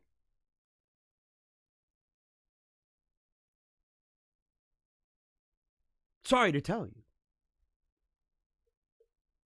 I ain't playing footsies with this. I ain't playing pickup sticks with my butt cheeks over this crap.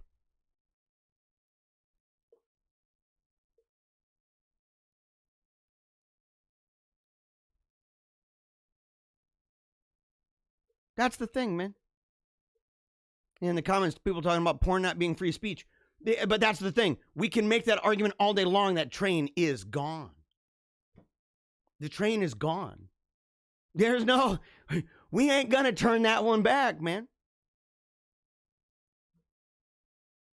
That's why I'm not sitting there. I'm not gonna die on the hill.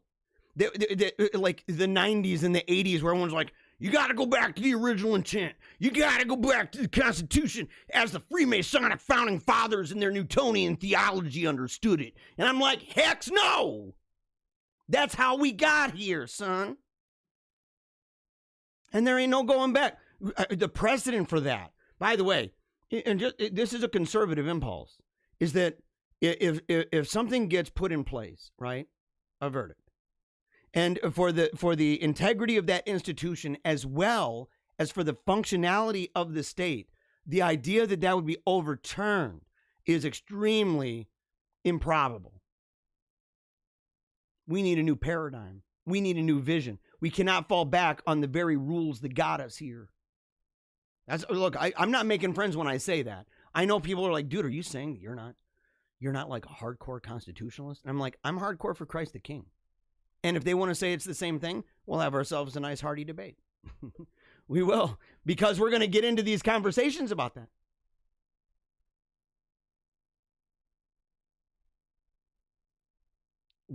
In the comments, I cannot understand how all the women in my family support abortion. The libertinism, it would have to be rooted in deep down inside an absolute, they're despising the way that God has described the world and women in the world. They loathe it. They loathe the idea that one is subject. They loathe the idea. They think that they chalk it up as a man. Well, it's either antiquated and old-fashioned, and you're like, changed by whom? Changed by whom? Where did you get the idea that it's different now? Or that it ought to be? It's another one of those beliefs I said early on. How many beliefs do we have that have changed? There's one. There's one. You know, look at the impact, by the way, of feminism. And there's a phony belief that says, oh, the original feminism was really great. Dude, I don't buy that. I don't buy that. I'm not like, well, no, the original ones, the ones about the voting and stuff. And I'm like, no, dude. No, go back and look and see. Look and see who began all this. Timothy Gordon has a great debate on this, by the way. Super smart guy. But he's right. And we got to fight hard because we are at, this place here in the world. And as funny as this is, at the same time, this is a messed up thing.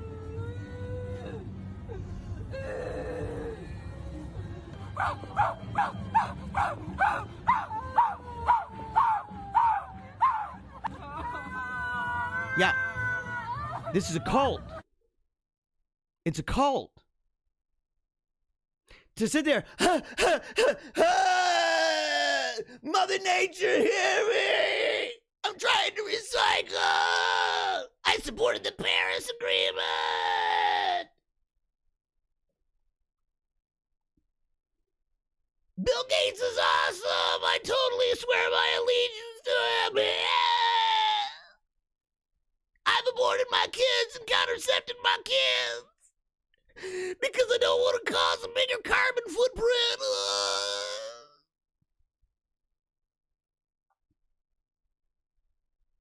These people, they are enslaved to the devil. They are enslaved to the devil. And on the one hand, again, like I said last week, I said, I know that people don't like to hear this, but the truth is that we have to be able to identify or recognize the place we are in the world of absolute politics.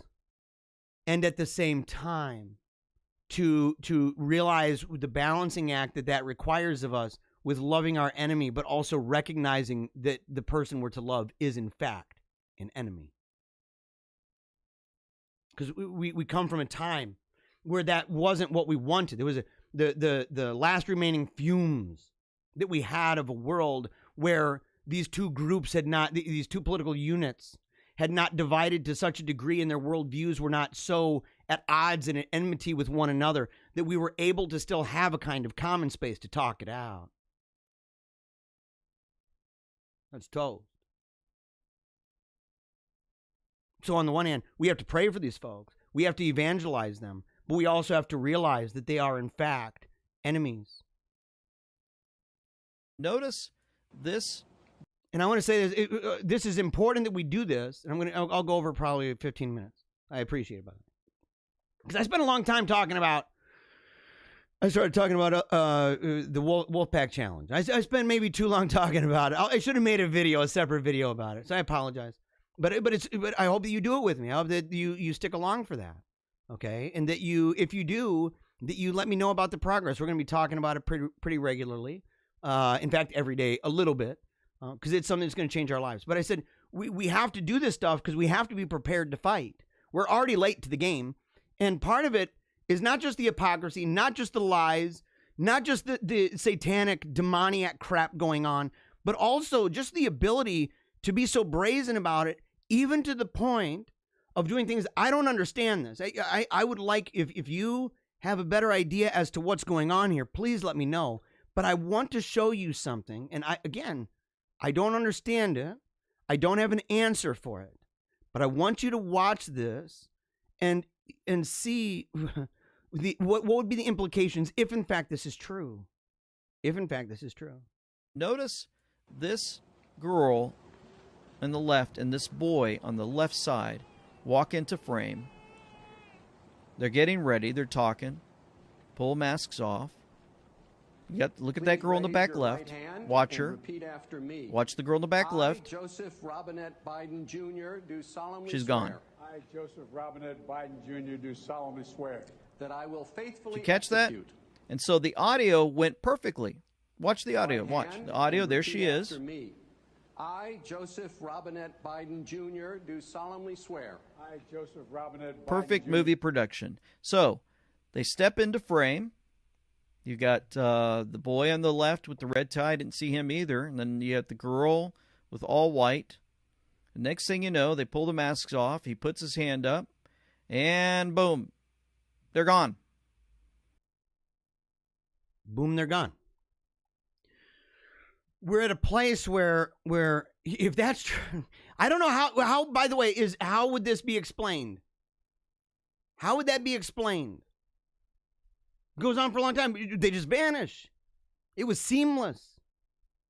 What the heck? What's going on? No matter what, though, with all of these things, we must get to this place where we simply say, not today, Satan. Not today. We need to become those warriors. We need to become those kings and queens, those royals that realize that we are children of Christ the King. To go out and to put everything under the dominion of Christ the King. Why? Because all power and all authority is his right now. Right now. We come in his name. We don't come in the name of the Tower of Babel. We don't come in the name of the Ordites. We don't come in the name of the NWO. We don't come in the name of any of that crap. Christ the King. The name to which every knee will bow and every tongue will confess.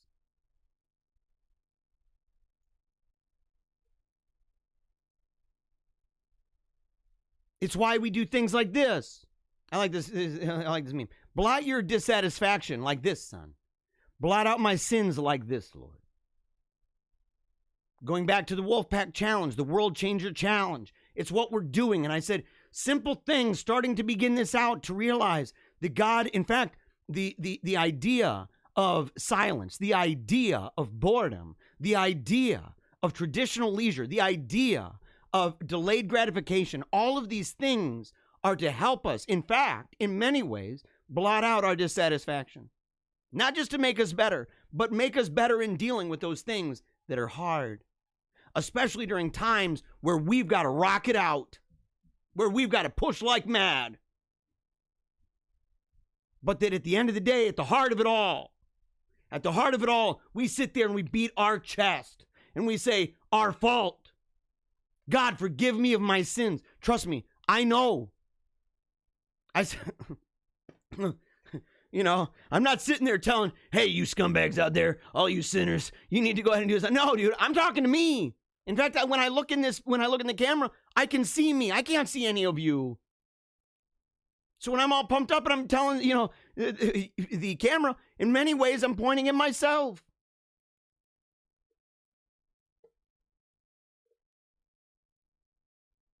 Find a muse. What is the muse in your life? What is it that inspires you? What is it that gives you that creativity, that drive to do your best? Find your muse.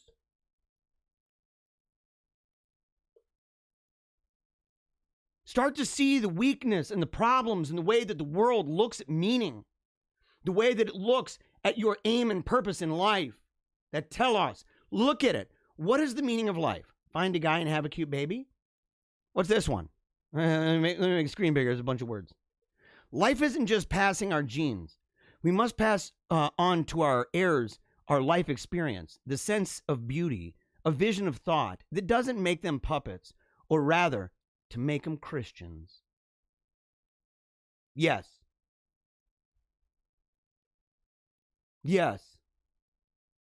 Look at the difference between these. Look at the difference of vision. Look at the difference of certainty. The idea that you don't have to sit there and speculate, what's the meaning of it all? Man, this is an old question. Your meaning in your life is to recognize yourself as a creature, that you are not God, that you are part of a race that has sinned, and that there was no way for that to be resolved apart from the Son of God being incarnated in this world, through the incarnation, through death, his perfect life, perfect death, and his resurrection, for him to not only work through you, but work through you in such a way that your gifts and talents get supercharged, man, like Mario Brothers, like with any of the flower or the mushroom with the star. All of a sudden, you're supercharged. The Holy Spirit working through you, those gifts and talents that he gave you. And for an aim, and not one that you pull out of your rear end. It didn't start with you. It didn't start with me. We're late to the game. You know how many great men and women have come before us? Do you know how many amazing minds and hearts have come before us? I use the phrase the democracy of the dead. They're our ancestors. The ancestors of our race, the heroes of our race, of our holy nation.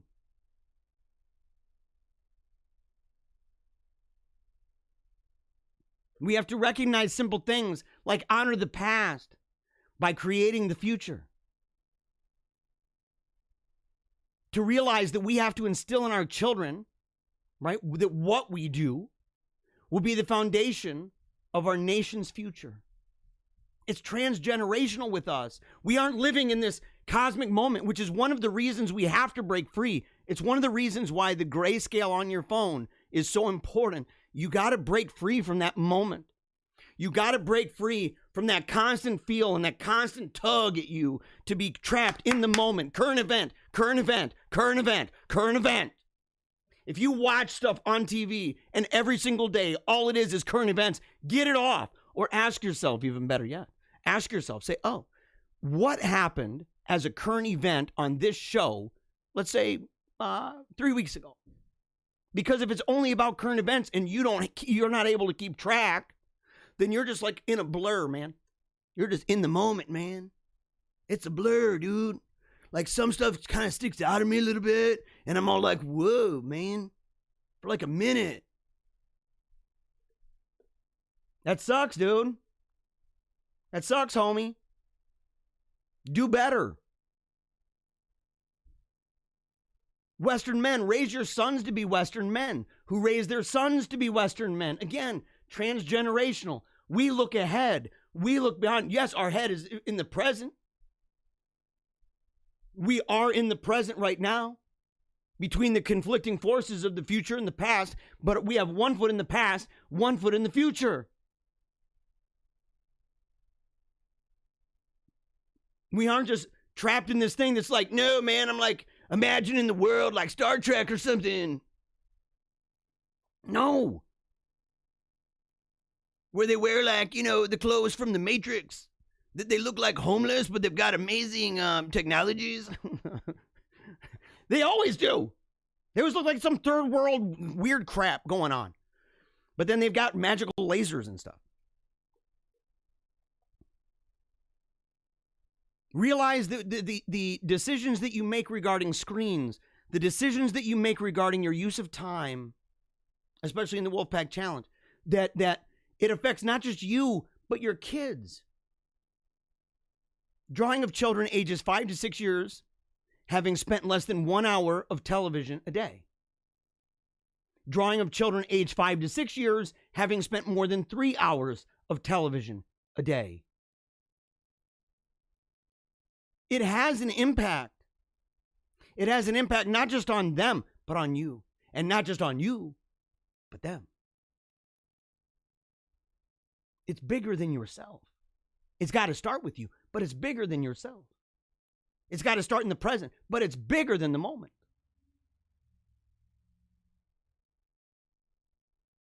We're thinking big here, guys. These are not little brain thoughts. These are big brain thoughts. Realize art. People say, man, well, that's a pretty shocking piece of art. I'm showing this not only to show you, my Telegram channel, I show a lot of this kind of stuff. Trad Pics is pretty good. We've got some really great pics, though, by the way.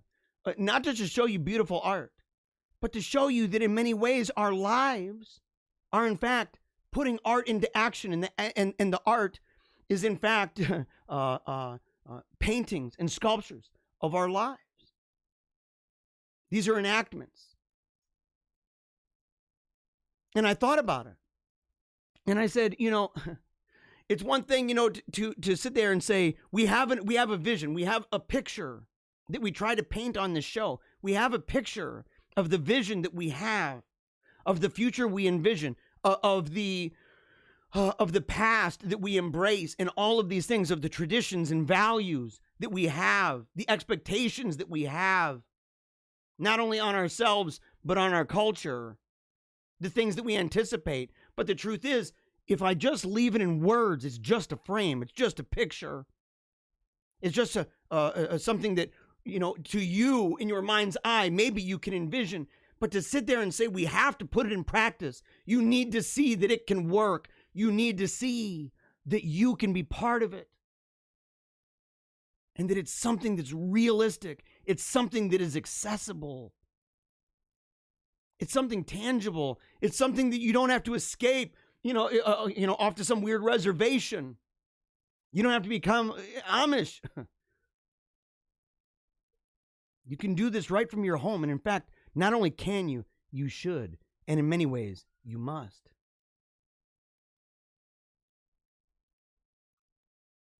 Medicine, law, business, engineering, these are noble pursuits and necessary to sustain life.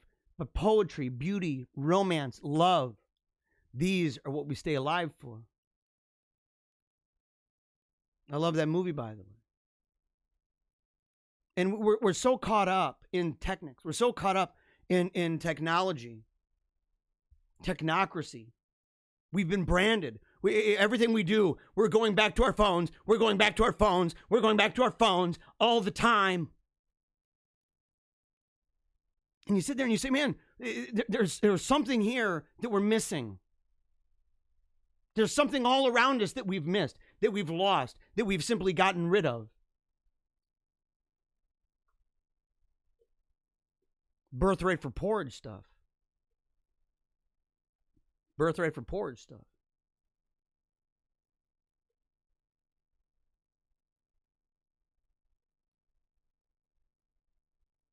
Right here. Almost done. Every night before going to sleep, we must ask ourselves, what weakness did I overcome today? What virtue did I acquire? That's what I said, the examination of conscience, that it's not just to find the weaknesses that we have, but also to recognize the steps that we've made. Begins with repenting. I don't know what else to say except please forgive me and have mercy on me, a sinner.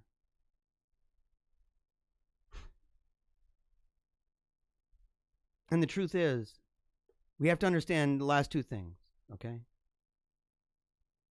I don't know if is it Cassian?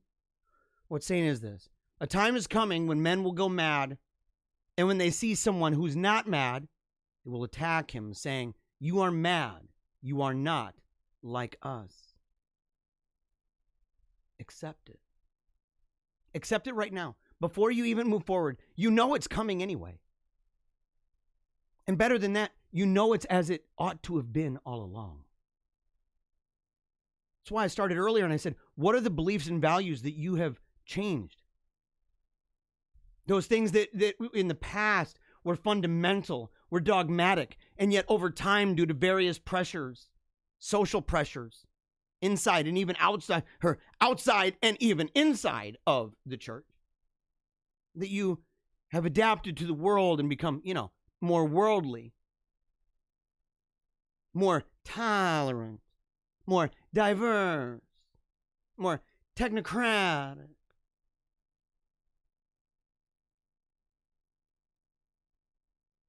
You have to know that they are going to see you, if you do the right thing, they're going to see you as someone who's not like them.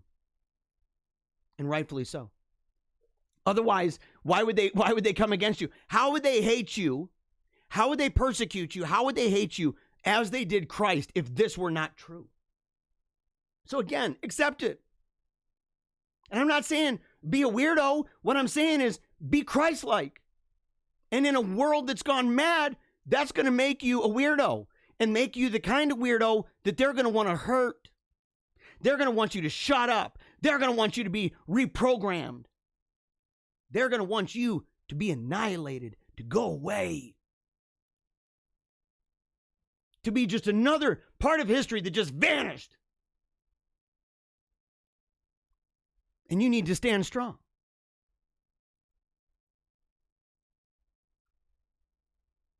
Because, see, here's the thing. We know, we can tell, we can look back and say, look at the way that all these civilizations have played themselves out, all these high cultures. Look at it, the model of history that we talk about on this show. And you say, sometimes faith will make you look stupid until it starts to rain. It's already started to rain. I would say not until it starts to rain, but until people start to actually drown. And not just in their sins. That's why I've said that I believe that we're going to have ourselves a kind of a great awakening. It will be alongside something that is kind of, the exact opposite of that. So it's not going to be by itself. I'm not sitting there saying, oh, it's going to be a great awakening. Everybody's going to wake up and love it. There's going to be death all around us. Floating carcasses all around. The question is, are you in the ark? Or did you not want to, look like him, not look like them, because that looked stupid and a bunch of people on the outside made fun? Because you wanted to be liked by people on Facebook, because you didn't want Twitter to get rid of your account, because you didn't want to be censored on YouTube. You didn't want that, so you changed your mind. So you pocketed that belief. Treacherous. Betrayal. Outside of the ark. Don't be afraid to look stupid to a world that's lost its mind. Don't be afraid to look like Christ. Especially in a world that desperately needs to see him.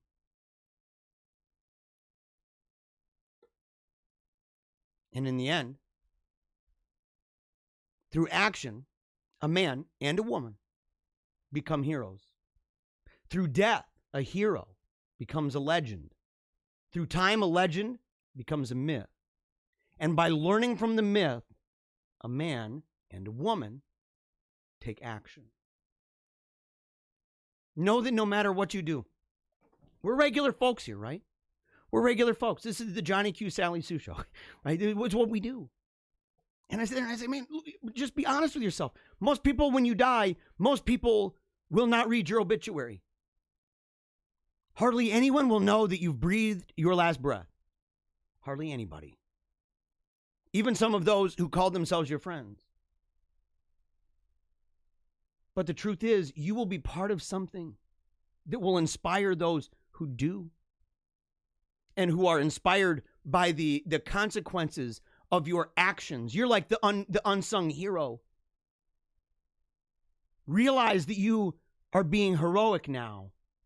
That it's not just doing the right thing, but that you're actually doing something at the level of heroic. That you're facing insurmountable odds in a world that hates you. A world that wants you dead. And by all appearances, a world that is winning. But that you stood up and you said, no. No. Number one, Christ the King. Number two, taking a knee for him. And number three, Wolfpack. Fighting with everything I got. Every single day. In my big and little ways. Fighting. And doing my best. Believing that God is going to use me and my gifts and talents, no matter what they are. And that God's going to use those things. That even if I am the unsung hero, even if nobody knows about the efforts and the sacrifices that I made, number one, God will. And number two, that those things, you do those things and God will honor that in time. Like a starving artist who dies and then becomes one of the most influential artists or writers in human history.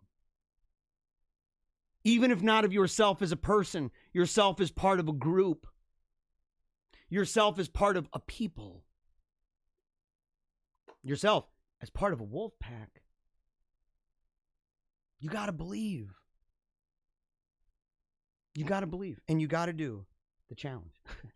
You got to do the Wolfpack challenge. You got to do it. And as I said, it's like, we'll close with this. I'm just going to go over and just tell you what it is again real quick. Okay? Let's see here. Where is it? Wolfpack, there it is. Oh. So, Principles to rely on. Never give up. Keep on smiling. Remember, you're going to die. Take a knee for Jesus. The first idea for week one. Pray when you wake up, before you do anything else, and again, right before you go to bed. The goal, praise God as first and last, and posturing yourself toward the rest of your day or night, because the truth is, you might die. It might be the last one. Number 2, exercise for 15 minutes, 3 days a week. That includes walking. Just get outside. Get your butt outside. Do some squats, right? Do some squats or some push-ups or dips or whatever. And if you only do it for 5 minutes and you're like, oh man, my heart's pumping, then go outside for 10 minutes. You've just done 15 minutes. The idea, the goal, is to get the heart pumping, muscle and fat burning, and to simply grow accustomed to exercising and to feel that soreness, to set aside time to realize how easy, in fact, it is, and to also to recognize those things in your life that may have wrongfully been consuming the time necessary for you to do this. It's an easy thing. 15 minutes. It's not hard. Number 3, I accidentally cut it off, I think. Or is it up there? No, it's not. The idea is to go to your phone settings or your computer settings and set it to grayscale. And the reason why to do this, so it's going to make your phone black and white, okay? You're not going to have color, is to disconnect, weaken the urge you have for your phone or devices. And it's to inspire the diversifying of technologies that we use for different things. So if you're not so interested all the time in your phone, and you were using your phone as the one-stop shop for everything in your life, to go back and say, well, maybe I should use my GPS. I own one of those things. Maybe I can use that instead of my phone. Maybe instead of texting somebody or messaging somebody, instead I can actually go ahead and write a letter to somebody, going back old tech with that. Or, anything like the phone, for example, the camera, to say, instead of taking a picture with my phone camera, which is going to be a inferior quality, why don't I go back? I have a real camera. Why don't I ever use that thing? Actually get to understand your camera better and things like that, and preserve those instead of going and putting all your pictures or videos on Facebook. Learn to put them together so that you can actually have them stored in a way that is very secure, that maybe visit on your own server, things like that would be for memory and not simply for sharing. And if it's sharing, to have it as a more targeted sharing and not throwing your pearls at pigs. Number 4, reflect on the gifts and talents and return to long ignored interests and hobbies. The idea, the goal, is to reconnect with the real world, with the reasons that God made you, with the sound of silence, the benefits of boredom, peace of privacy, and lessons that you can find only through a life of leisure. And so to say there are many things in this world that, because of our consumption of screen time and our sitting down being fat, lazy slobs in front of screens all the time, many people have kind of given up on things to do with drawing or, going out and hiking, things like that, things like playing guitar, different things that oftentimes that consumes so much of the day that gifts and talents go ignored. Interests and hobbies, getting out and golfing, getting out and playing chess. I mentioned earlier with me, playing chess is one of those things, and realizing that those have been sacrificed at an altar of this immediate gratification, which has come on the cheap, by the way. How many of you share something and you go back and check and you see 1 or 2 little likes on there, and it's like, well, maybe nobody saw it. Say, why are you wasting your time with that? Why don't you go and do something that's going to be more fulfilling in your life? And why don't you go back to the silence? Why don't you go back to the boredom? Why don't you go back to the privacy? Why don't you go back to the leisure? And you can do that in part by reflecting on what you've left. Next week, we're going to add to that, by the way. We're going to add to that one next week with a week-long, maybe a novena, about praying for your vocation, that God would speak to you. And that these different things would bring you to a place where you're in an environment, an atmosphere where you are better able and more sensitive, in fact, and more keenly aware of the voice of God in your heart and mind. Number 5, examine your conscience. The goal of that is, what did you do? Did you do it well? progress, even baby steps. Don't focus on the bad. Any weakness that you have, and make sure to put it on paper, even if you got to burn it. Even if you got to burn it. Okay, we're going to add extra details to this every week. Okay, so we're in week 1 right now. It'll be tough, even involving things like fasting and other things to do with prayer or reading scripture or spending time with your family, things like that. Adding time over time, like after about a month, adding time to the workout regimen and stuff. But it's going to demand increasing degrees of our discipline and devotion. But we're going to do our best. And if and when we mess up, and you know we're going to, right? You already know it. Just brush it off. Right? Keep on keeping on. And you got to remember, no matter what, you aren't alone. You are, in fact, part of the Wolfpack.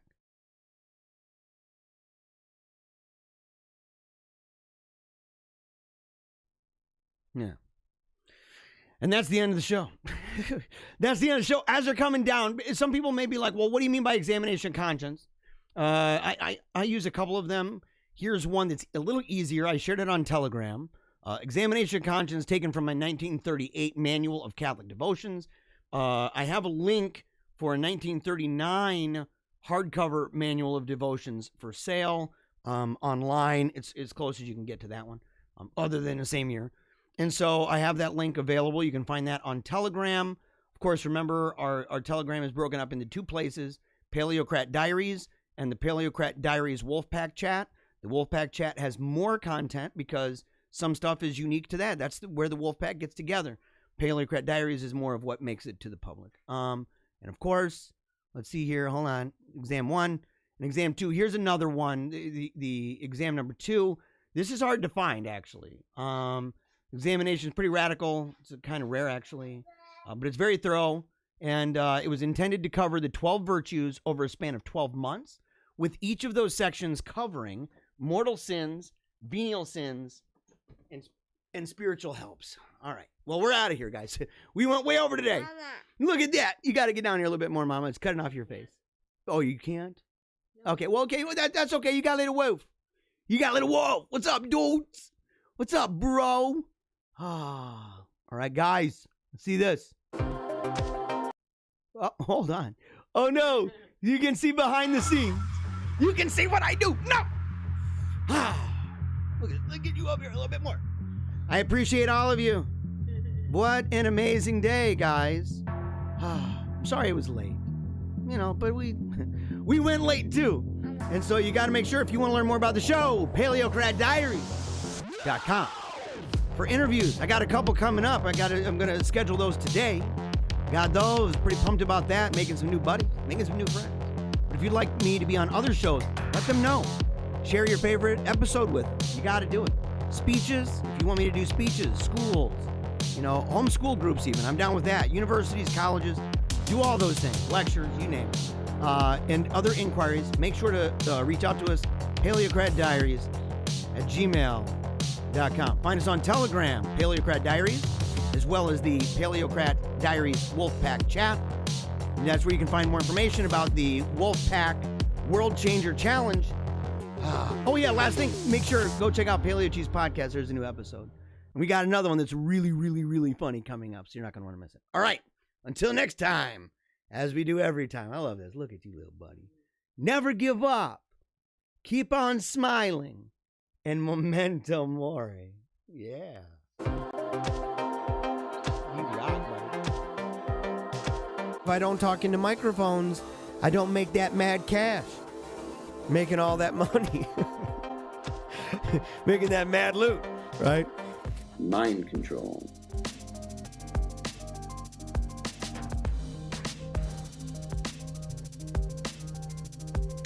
So we see the minority elite imposing their ideology on an unwilling and resentful populace. This causes a backlash. People get ticked off. The left is working long and hard to make us feel as if we've done something wrong. Worse yet, that we are the problem. Don't let people just rip on your heritage. Don't let people just rip on your traditions. Don't let people rip on your heroes. Stand up for what you believe, what made you who you are. So unless this disenfranchised majority began standing up for what they believe in their heart of hearts to be true, I think we'd be left with nothing more than a dirge, and maybe a funeral procession.